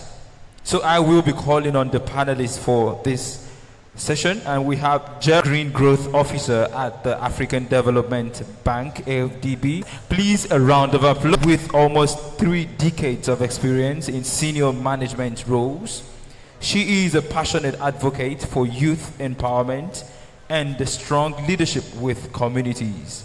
TT holds memberships with the Society for Corporate Ethics and Compliance, SCCE, a product of varied Harvard Kennedy courses, and Chartered Institute of Personnel Management, CIPM member. She focuses on mobilizing youth through character education and is committed to continuous learning. Please, ladies and gentlemen, let's make welcome Titilayo Oshodi to the stage. Thank you very much. You are welcome, man. Joining her on the panel is Ifeoluwa Olatayo, a young entrepreneur from Nigeria and the founder of Saupa Kitchen and Co. Limited, a climate-smart enterprise that uses hydroponics technology to plant food vertically to maximize space within our cities, and a network of ghost kitchens to cook the food to increase nutrition at the bottom of the pyramid. Using her business as a tool for social and environmental good, Ifeoluwa has offered training to a cumulative 4,000 youths, and she has consequently presented at different conferences and workshops. And now she's adding CAAF24 to that list. Please, ladies and gentlemen, let's make welcome Ifeoluwa Olatayo. You are welcome, Ifeoluwa. And then, the last but not the least, we have Daniel Chinagozi. Daniel Chinagozi is the founder and the CEO of Innovation Growth Hub, a startup, business technology and creative incubation hub that provides mentorship, support services, and community and co-work spaces to early growth startups with headquarters in Aba and branches in Onitsha, Asaba, Umuahia, and Owerri, Nigeria. Most recently, together with other partners, co-founded Gas Rider Innovations Limited to champion the adoption of CNG and EV as alternative fuels in mass transit and commuting in Nigeria. In 2009, he founded Capacity Development International, a career development firm working across Africa to help build a skilled workforce and help employees transition into entrepreneurship plan and exit plan. Please, ladies and gentlemen, let's make welcome Mr. Daniel Chinagozi to the stage. Thank you very much. You're welcome, sir. Good to have you on board. And then we'll be having the African Development Bank Group. He provides strategic guidance to accelerate climate adaptation across the continent. Prior to his current role, Fade held positions at the Africa Center of Energy Policy, where he conducted energy policy research, and at Quant ENG in electrical and electronics engineering from the University of Plymouth. Ladies and gentlemen, let's make welcome our moderator for this panel, the last panel session for today, Mr. Fadekunayo Adeniyi. Please, a round of applause for him. This is a handsome man. And thanks everyone for joining this session. I think it's a very important topic. And then we have a very strong panel. and I'm sure we're going to get a lot of insights. That's, as your colleagues would say, it's the premier development finance institution on the continent. So can you tell us some of the specific strategies and interventions that the bank is implementing, specifically supporting this? Thanks. Hello? Okay, is it okay? Can you hear me? Yeah. Okay, thank you so much. I think that question is very, very important considering that we are facing a very big challenge. I think private sector, and as of now, the contribution of the private sector is very, very limited. And as Africa's premier financial development institution, our job is to help incentivize the private sector to make the risks to be very limited for them for their investment. So, from the sector perspective, I think they'll mostly look at they have to understand what is the transactional risk and also what is the physical risk. Because for the physical risk, we know that that is about the impact on climate on their investment. But for the transactional risk, it's about the risks that they have to take in terms of from the business as usual to the green economy. So one of the key and most profound initiatives we have created as of now is the African Green Investment Alliance. That was launched at CAAF24 for the private sector. It's called the Africa Green Investment Alliance. You can Google it, you see that it's a massive initiative that the African Development Bank is doing for the continent, because without that type of initiative, the private sector will be difficult or will be incapable of taking over climate investment, particularly the transactional risks, because the investment that they do also impact the environment. And then look at the level of SMEs that are also key players. There are other initiatives that we have done in the bank, like the Youth Adapt, that is organizing this platform a couple of years, and whereby we have supported about 35 enterprises in terms of scaling up their solutions, showcasing what they are doing, and creating adaptation jobs, and also promoting innovation in the finance or blended finance in terms of mitigating the impact of climate change, and also taking into consideration the issue of gender. And that focus only on SMEs, all involved in the private sector.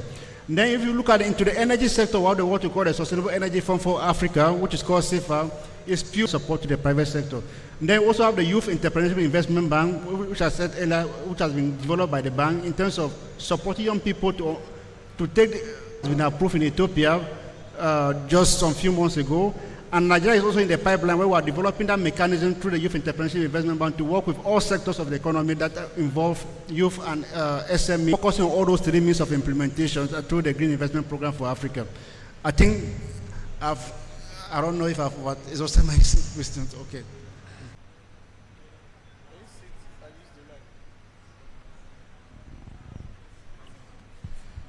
Media. Try again. Try. Okay, it's working now. No. Much, Mr. Njume, for providing us a lot of insights into what the African Development Bank is doing. And that's what, members of the audience can. These are a few of the things that the African Development Bank is doing to boost private sector participation on the continent. That's for climate action. So I'll move on by the African Development Bank. So a quick question for you. What are the sort of adapt? What types of support have you received, and how do you think that has helped you to grow your company?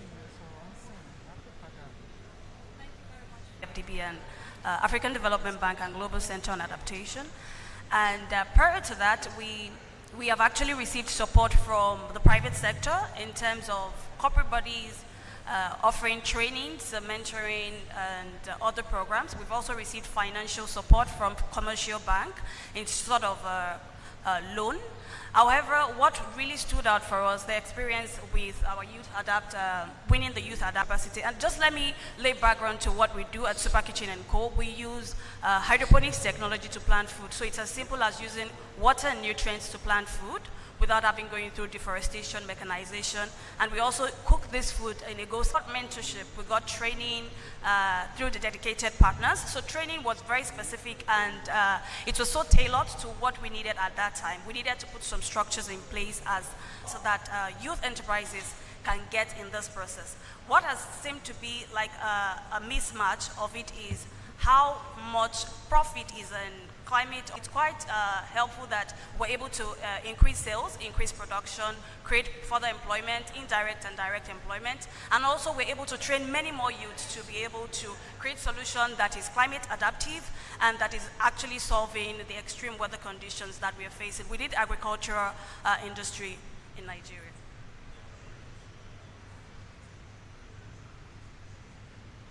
Yes, thank you very much, Mr. Olatayo.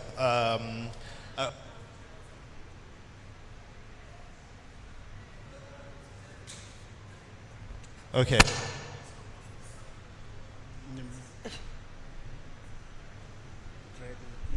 Of, the Youth Adapt program to the impacts of climate change. Okay.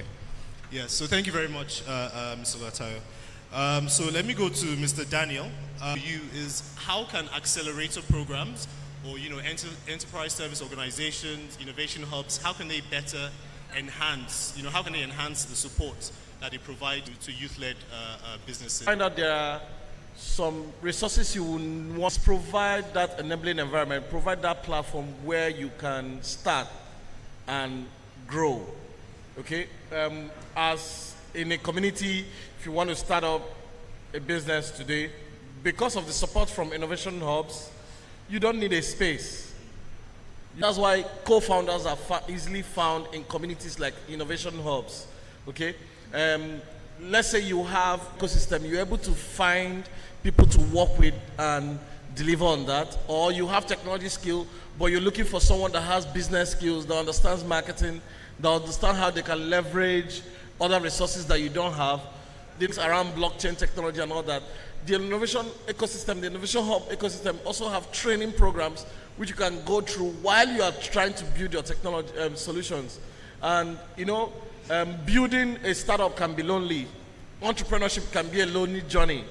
Okay, and when you build in communities like an innovation hub, you might see some side hustles that keeps you alive while you're working on your business. Okay, you will see someone, for example, at Innovation Growth Hub. There are people that are part of Innovation Growth Hub online community that have never stepped into any of our locations. Part of Innovation Growth Hub, we're part of a national network that is called Innovation Support Network, ISN, for Nigeria. Okay, in Cameroon you have Lab.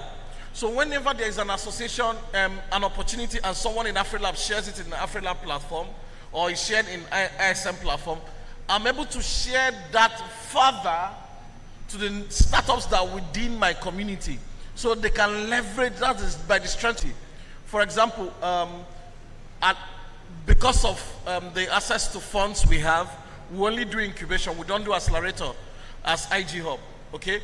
But there are other members of ISN that are accelerators. So when we incubate startups and they are ready for their level of acceleration, okay, we recommend them for different accelerator programs. Okay, as Innovation Growth Hub, we are partners with Techstars.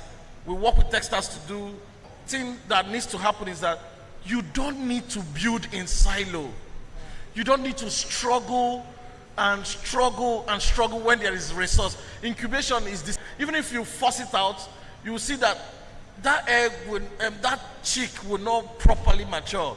Okay, and then you now see that the culture, our culture as a hub, rubs off on the startups within our hub. Let me say why I mean that. We don't do with people that do entrepreneurship as a service, where they go get an idea, build it, and it looks good. They sell to investors, and then they collect money. They move over to another thing. No. Our interest, if we're incubating you in our community, our interest is for you to make revenue. You are revenue driven because we're not in Lagos. We're not in Lagos and other cities where you have access to funds. Fast investment from us, the hub. And that investment, we're not asking you for equity. That investment, we're asking to share monthly profit with you or yearly profit with you. What we're trying to do is to see if you are revenue driven investors that give you real money, then we'll start asking for equity. I'm not in, because we don't have the type of resources to make that level of investment. So that's why you see in every innovation hub, in every incubator, you see their culture rubs off on the startups that are within their community. We are interested in revenue. I wanted to cite an example of a startup that started in IG Hub. A lot of fashion happens in Aba. So you see a lot of fabrics that go to waste.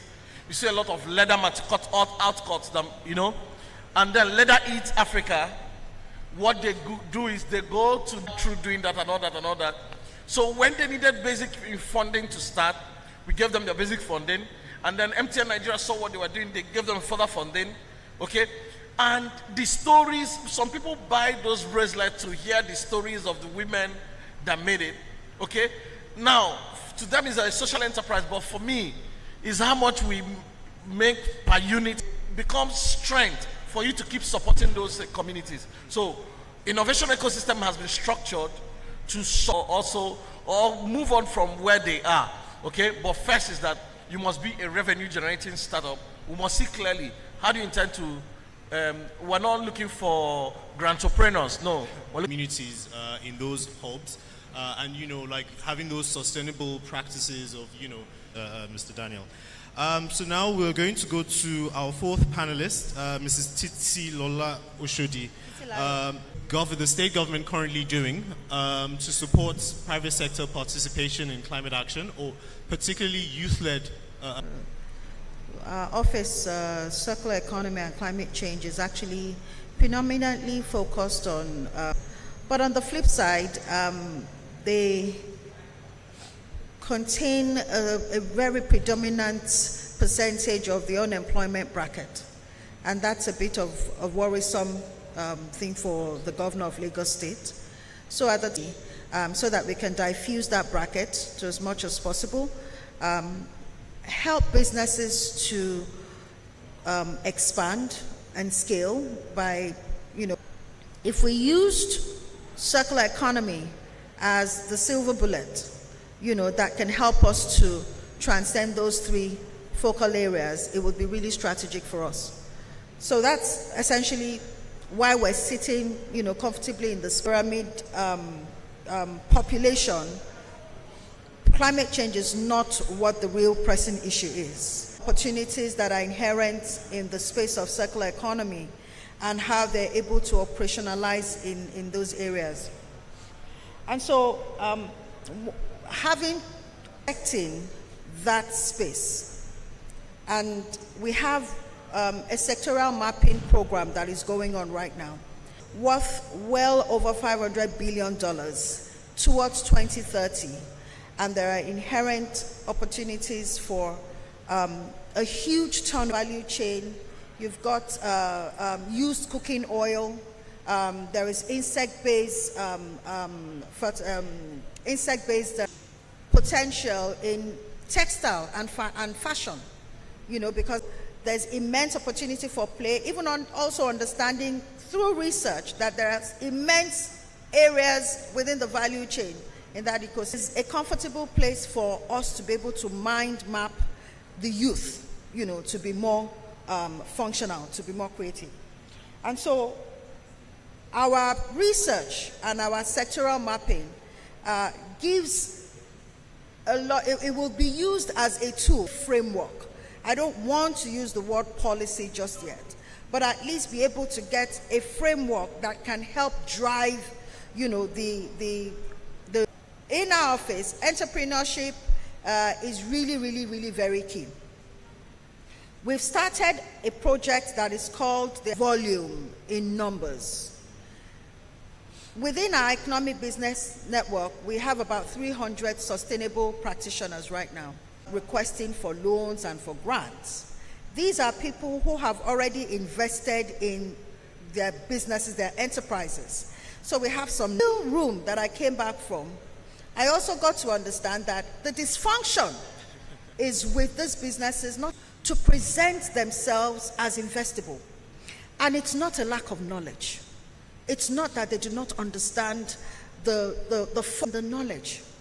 So there's a dysfunction in effective training. We need to build capacity in the area of focusing on what makes you investable as a business. What makes you attractive to a local corporate, organization, to the private sector, even to a how do you operationalize every element that sits within the framework, how they're able to run their financials.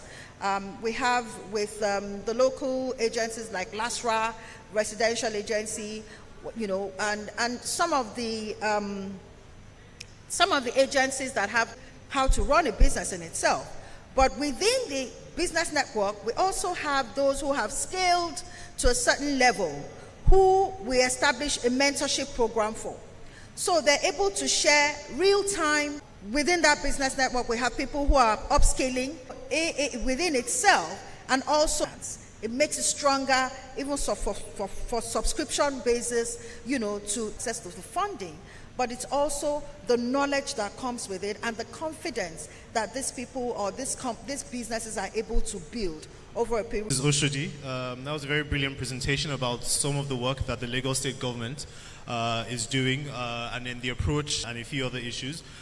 You also mentioned the importance of education, not just with the populace, but then building the capacity, not just with the populace and educating them on climate change and bankable projects and bankable businesses with which they can mobilize finance. You've also given examples of the employment network. That's the network. You've talked about capacity building as well. With LIRS, LSTF, and a few other organizations to help build the capacity of entrepreneurs so that they can present these creditworthy or bankable businesses. So I think I'll go on to the next round of that the African Development Bank is doing or is implementing so that it can boost private sector participation in climate action. A question for you for climate action on the continent. What are some of these models you think would be useful? Okay, thank you. I think we have heard from the panelists. I think they've all raised some of those important issues that needs to be done in terms of helping the private sustainability understand what is climate finance, understand what is business, the cost-benefit analysis of investing in climate change, understand what is climate rationale. Those are some of the things that needs to be done in terms of very, very important. How do you report on impact? Impact can be the outcomes and also showing a track record of what you have done and also showing where you want to go to. I think those are things that are very, very important. What methodology you are going to use in terms of reporting on the JJ mission, then if it's about adaptation, you look at the issue of resilience, how is the project going to build resilience against vulnerability of climate change? Those are things that needs to be added into what needs to be done. Then also the how, and also even the team, who are members of your team. I think it's very, very important. I think at times we look at these things, I think they don't make sense, but they are very important. How do you report on the money that you have, the resources that you have? Are you paying taxes, all those things? So you don't have to neglect all those things. So they're also very, very important. Financial reporting is very, very important. Then the potentiality, like women, gender, and the youth, how is the solution going to impact their lives?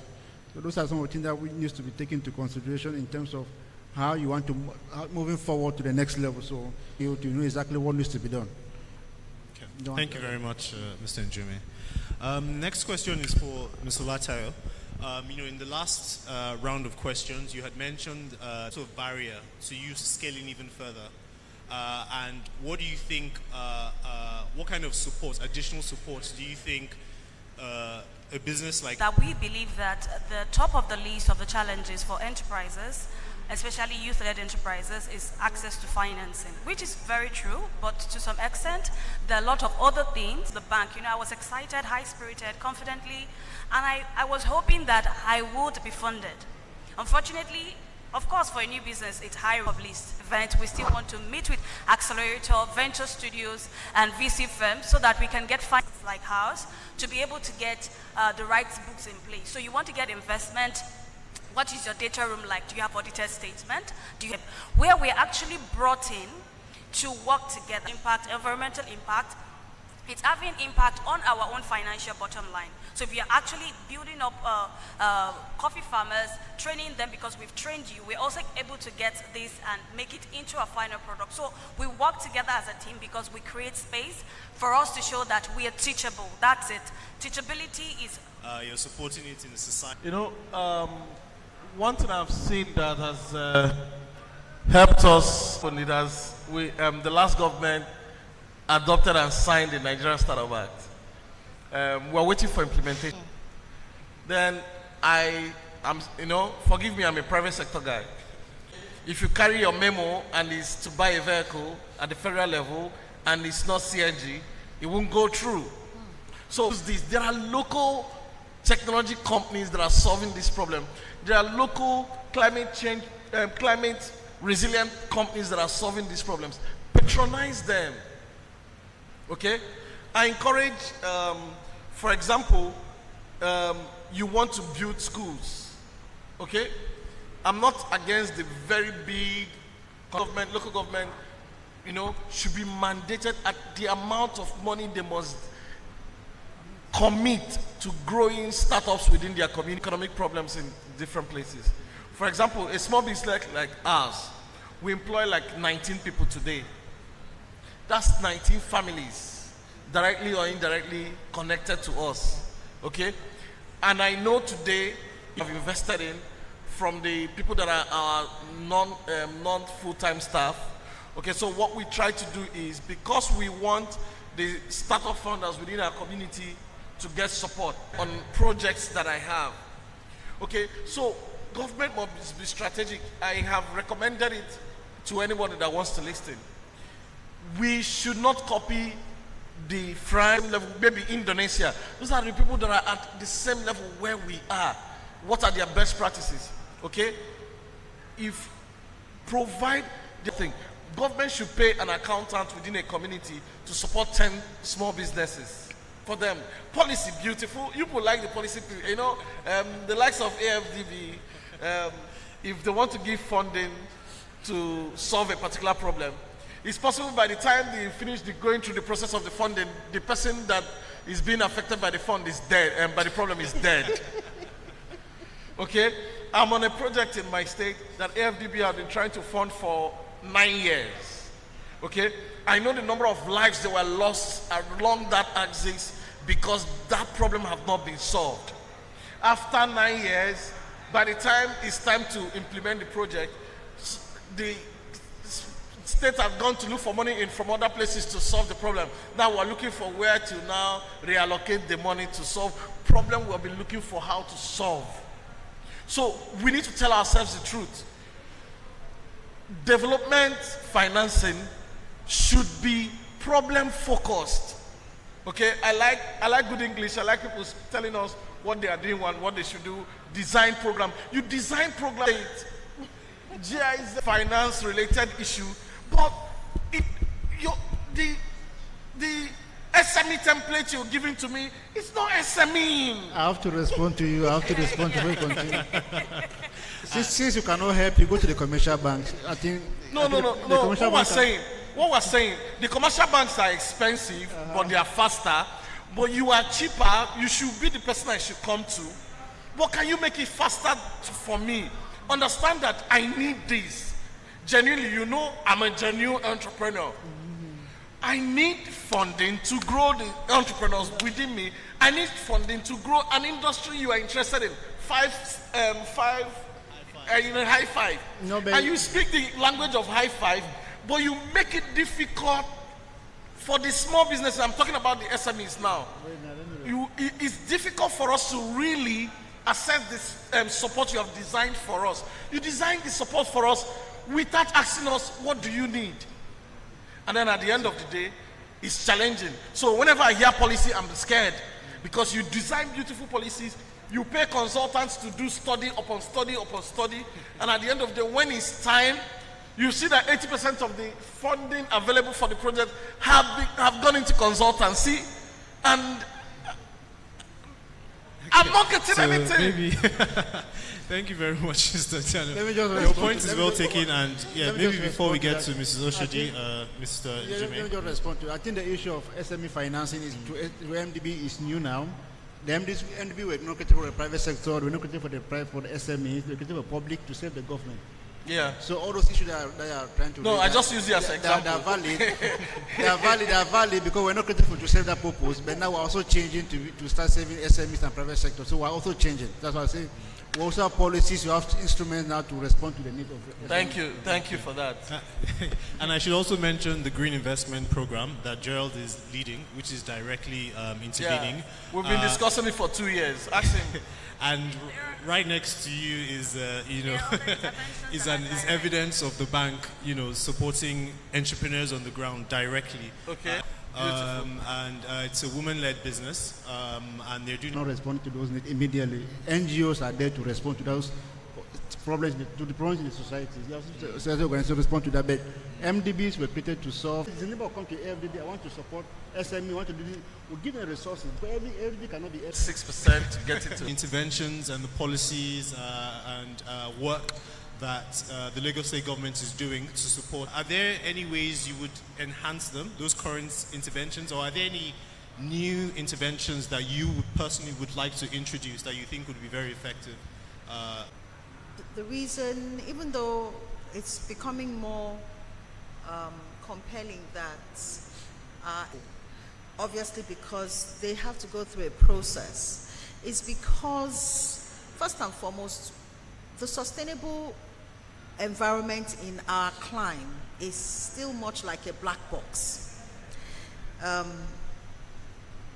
There's not enough data and intelligence that is able to determine the profitability of our sustainable environment. A lot of data that we have is very, very minuscule. It's the baseline is very, very limited, such that entrepreneurs do not have the numbers and the insight that encourage for investment to come in. And the banks and the financial institutions, all the corporates are business people, they are capitalists, and they just want to see where, when, and how that profit is going to roll in. So I think that, data is very, very important for us to be able to monitor and measure interventions, even though we have a lot of people who are playing already and who are developing ideas and innovations and creativity, but the ability to scale. And we can ask ourselves, which one would be more profitable for us? Because we also have to adapt a differentiated approach to our situation. If we're not able to access revenue generation, access to wealth, or if it is an apprenticeship or some process that also helps to generate the sort of incentive and revenue that can help businesses to scale within themselves, could that also work? Because I'm always of the school of thought of, and take the magic away from within the survey activities that we're running, based perspective. So EcoCirculate is a program that creates, in terms of resourcefully managing our asset. With the coastal area, you would see waste like palms, palm trees, coconuts, and a lot of. So we facilitate trainings, in those areas, and then we work with. Can actually be a power. The underlining element here is the fact that we mindset towards it. You and I know that as Africans, the idea of climate change or even circular economy, as it were, would appear altruistic except there's a benefit that is attached to it. So incentivizing would help us not only catch the minds of the people, but it can also establish a level of sustainability in that mindset or in the behavioral change that we require. And so we're partnering with the agencies that provide social amenities in areas of transportation, in areas of medical attention, in health, in education, and we're tying interest, we're trying social subsidies in when they're able to change their behavior when they're able to do what we desire in terms of responsible disposing of waste, concerted efforts to, submitting waste at collection centers that will be designated for them, understanding that they can also get points, they can score points, they can aggregate points that can be rewarded in terms of medical attention or access to transport on BRT, or whether on the waterways or on the blue rail, or they can convert into monetary benefits, to pay, for their children in school or something. Then it becomes more compelling, it becomes more sustainable, of community that will be needed for an effective impact, to be able to get the volume of waste that will be required that can impactfully be converted into solar or biogas into walls, those psychological walls. So that pilot is ongoing right now, and we're putting a report together, and hopefully that report can also help us into replication. But then again, all of that also means that there is need for funding, because these are not cheap projects. This is something that the governor has approved for us to do, but government does not have the kind of money that we're talking about. Create a report, because this is how they work. World Bank and they have to see the report. They have to see the tangibility. They have to measure, the social impact and the profit within a short period of time, hopefully. Thank you very much, Mrs. Oshoti. I'm sure Gerald was very attentive, especially to your last point. But it was really good that you've emphasized the importance of data in designing and redesigning government interventions. And you provided an example of that even in your. So thanks very much. But before we go, I think maybe we can spend about give each person maybe 15 seconds to just say one key takeaway. So that's one sentence. Key takeaway that you'd want the audience to go with, once they leave here. We'll just go down. Institutions, most MDBs are like that, but also to my sister here, I think it's very, very important, the issue of data that you raised. I think that is very, very important, because SMEs, private sector need to work on their data. I think data is very, very important. Data capacity, because if without the data, you cannot do anything. And if they give the resources, you cannot use it, because you have to focus on data, report, and impact. Those are the key issues that I think that, for me, SMEs and private sector have to know. Then also bring out the issue of climate rationale in everything that you are doing. Okay. Thank you very much, Mr. Njini. I think it's important that MSMEs have to start cultivating the habit to capture data. Every business has a level of accountability that they have to establish, and within the sustainable environment, within the green economy space, understanding that this data is even more beneficial for them than for anybody else outside so we need to start cultivating that habit. Thank you very much, Mr. Thank you, Mr. Daniel. Okay, my word will be to entrepreneurs, to founders. The journey can be lonely. Don't do it alone. Pick industry you're interested in. Reach out to hubs. Share with them. Okay? We have one. Exactly. In Lagos. Okay. Find out who is doing what you want. Don't do entrepreneurship alone. It could be lonely. It could be challenging. Find support. Find partnership. If I know today, because you have start time and internet and generator in your house, you think you can work alone. You need that noise within that community. You need that other graphics designer to help you do something quick.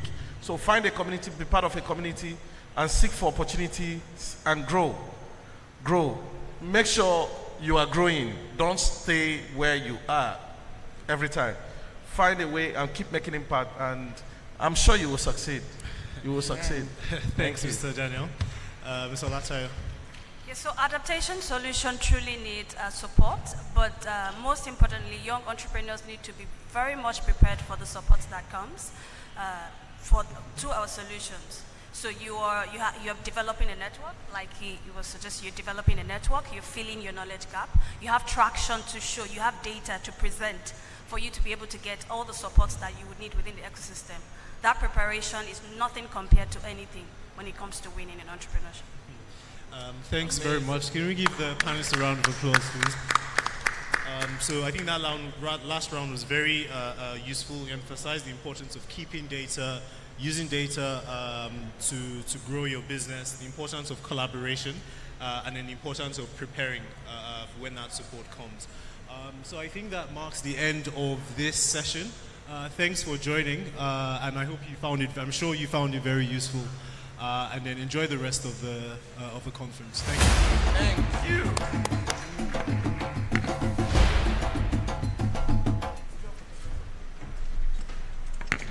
Thank you very much. Another round of applause for them. Thank you, the moderator, for holding the fort.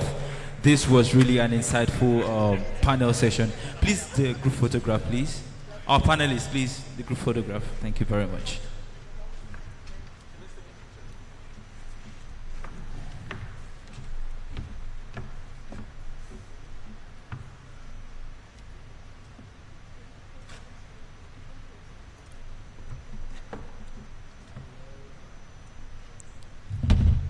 Please, another round of applause for them as they move to their seats. Thank you very much. That was wonderful. Thank you, the moderator.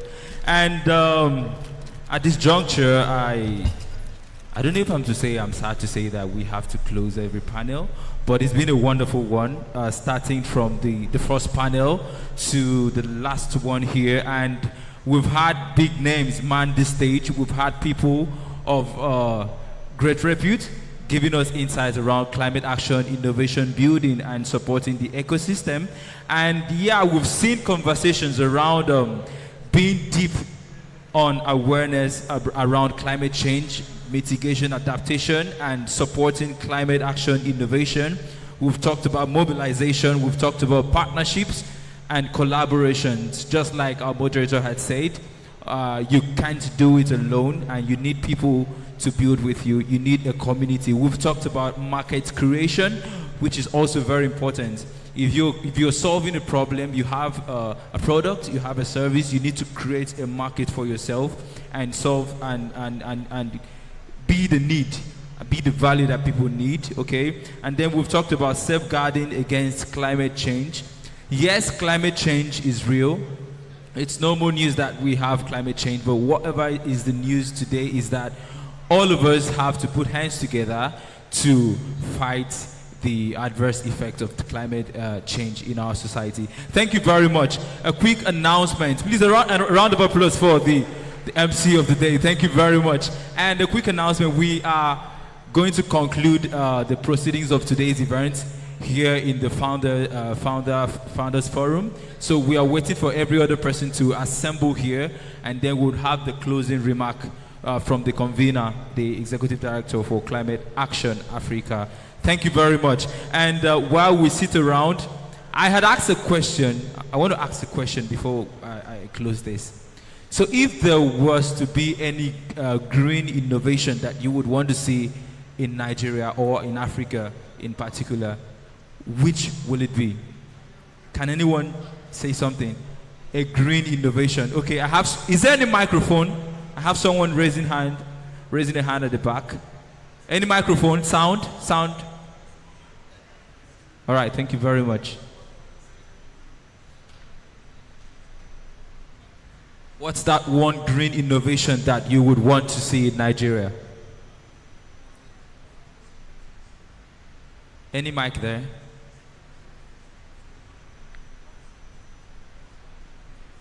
Okay, you can just come forward here.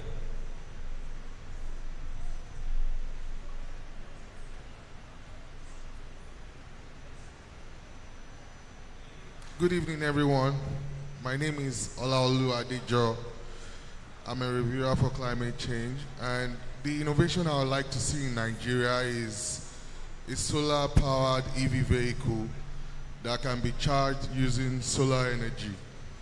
Okay, that's the kind of innovation I would like to see Nigeria have at this moment. Thank you.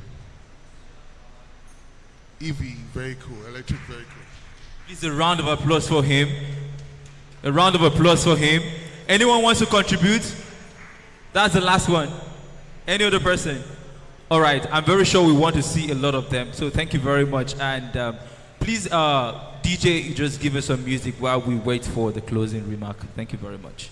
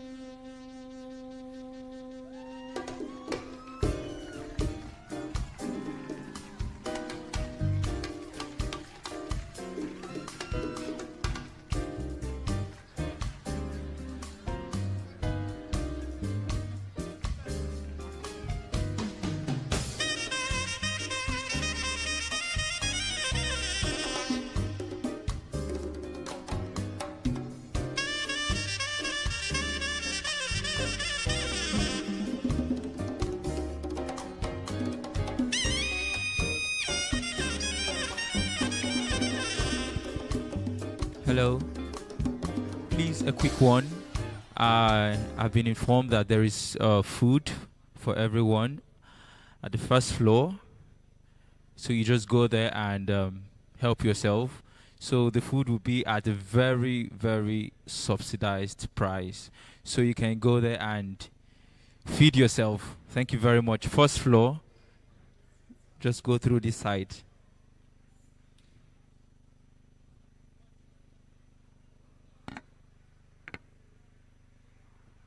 You can meet the ushers for direction in case you're not sure.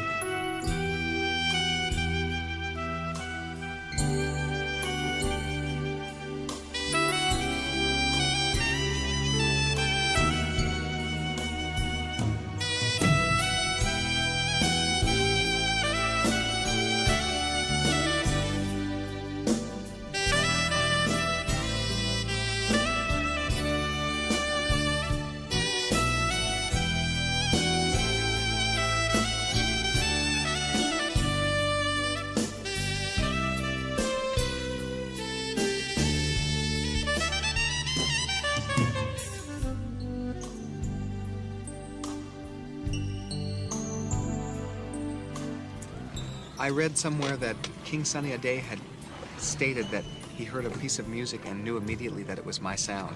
And that comment blew me away because, to me, the greatest flattery that anyone could say was that I have a unique sound, and that's what I'm working for. That's my goal, is to come up with something that's different and my own.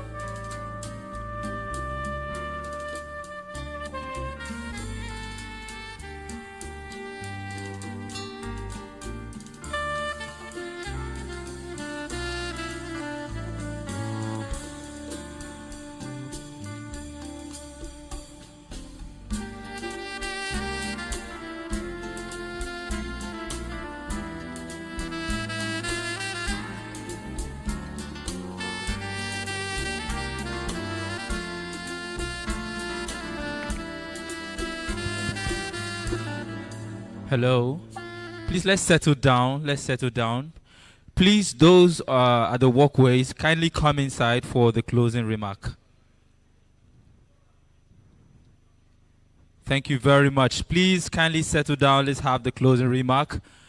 The ushers, please kindly bring every other person inside here.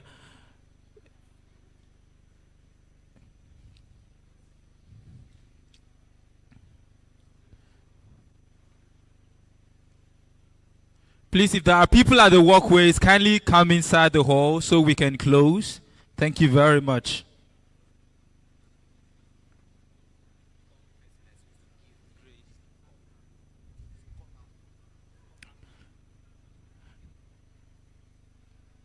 Okay, we wait for, please kindly call on the Executive Director of Climate Action Africa, Grace Oluchi, to kindly come around for the closing remark. Thank you very much.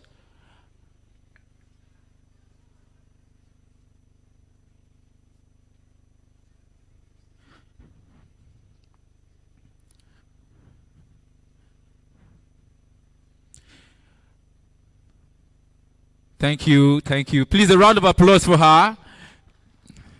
That's a giant walk, a step to the stage. Thank you very much. It's not been easy.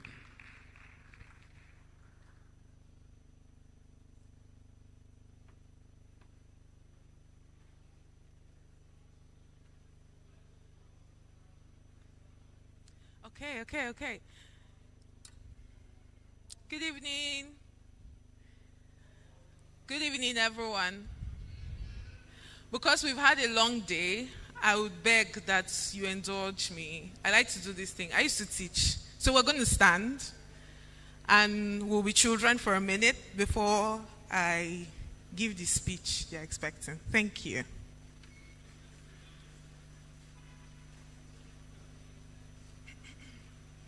If you're happy and you know it, clap your hands. If you're happy and you know it, clap your hands.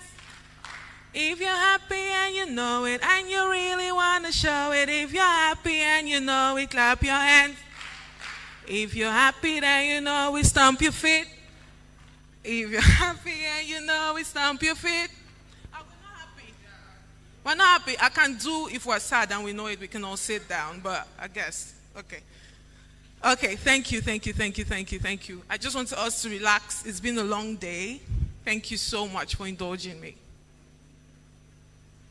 We can sit, please. Thank you very much. Please, can we come to the front? Thank you. So that we can close properly. Thank you.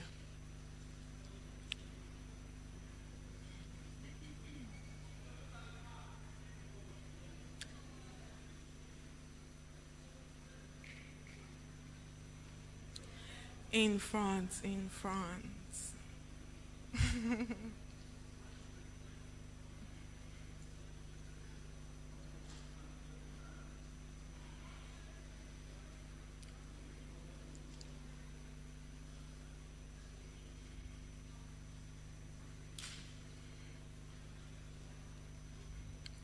Thank you. In front now. There's space in front. I can see empty spaces. Okay.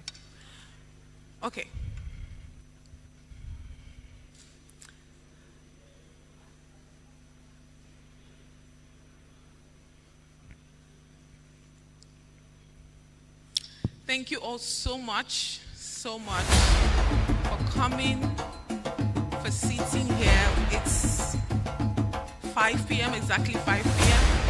And some of you have been here, some people have been here since 8, some people have been here since 7, and I really do appreciate you. All of us at Climate Action Africa. Can the Climate Action Africa team stand and clap for our guests, please? Climate Action Africa teams, stand and clap for our guests who came all the way far and near, sacrificing time, effort, energy, money to ensure that we had a successful outing. Thank you. I would ask that we should stand and clap for Climate Action Africa team, but I don't want to stress you all. Okay.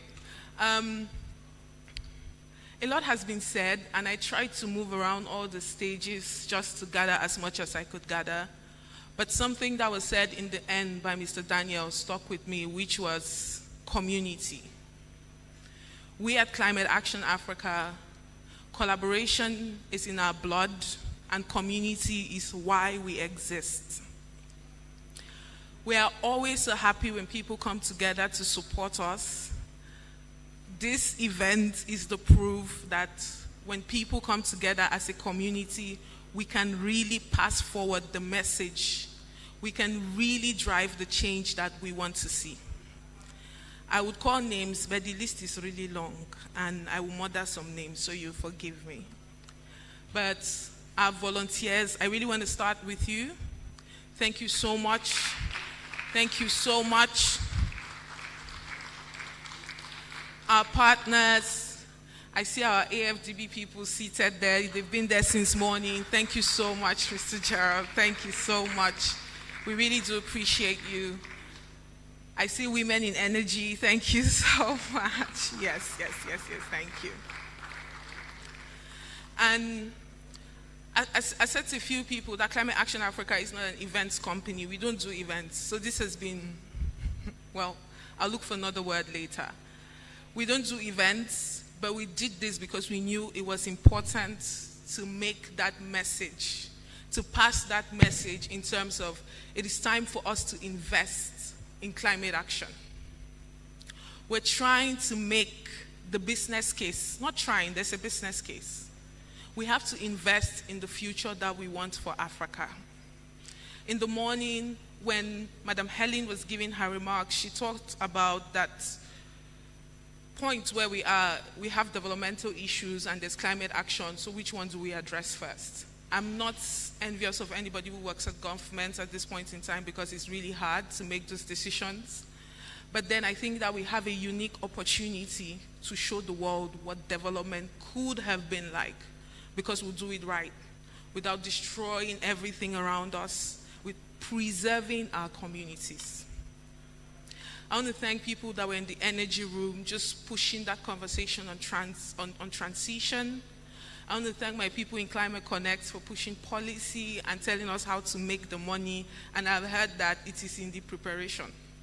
So everybody, let's prepare. I don't know, we'll have like a project preparation boot camp so that we can know how to access this money. AFDB people are here, they can help us in another session, but yeah. And of course here we've seen the innovators. The last panel was Youth Adapt. It's an amazing project. I think I did a few sessions with them in the first year, and I'm really happy to see some of the winners to come here and share their story.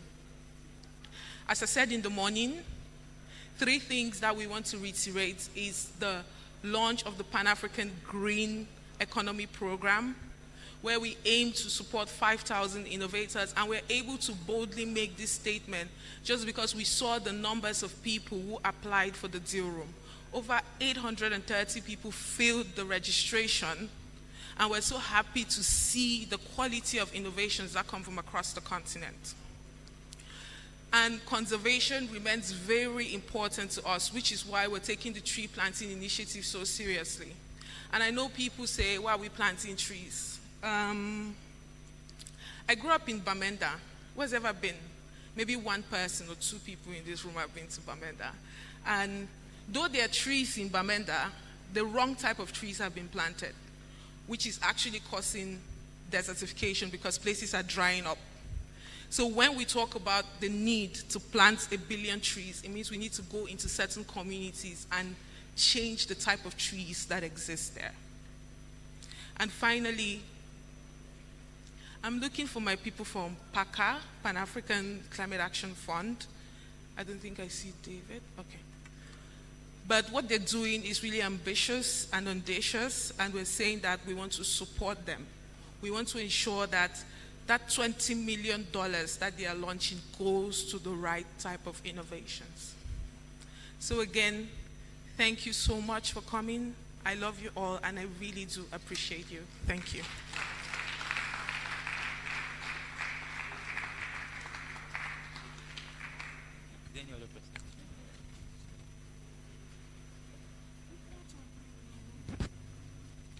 Please.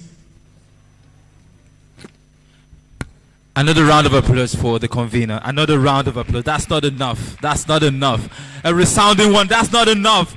Okay, standing ovation. We are closing. A standing ovation. We're closing. A standing ovation. Keep clapping for CAAF24. Keep clapping. Keep clapping. If you can make some noise, please do make some noise. We're closing. Thank you very much. It's been a successful one. Thank you very much.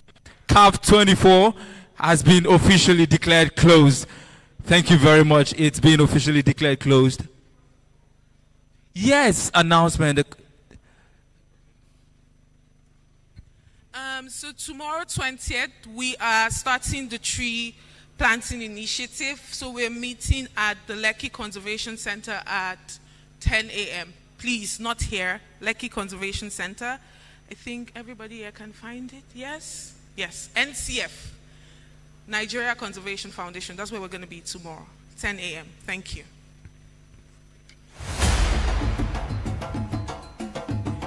Who wants to see CAAF 2025? Raise your hands. CAAF 2025.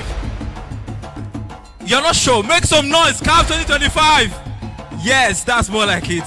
So also a quick announcement. Please, we can continue this conversation on social media. Go follow CAAF and Climate Action Africa on X, on Facebook, on Instagram, everywhere, TikTok, even on the road. Everywhere you see Climate Action Africa and CAAF, Climate Action Africa Forum. Thank you very much. It's been a wonderful one out here with everyone. It's been myself, Emmanuel, Michael, Amogo, El Sabino. I'm signing out. Please do have a wonderful evening. Thank you very much. Adios.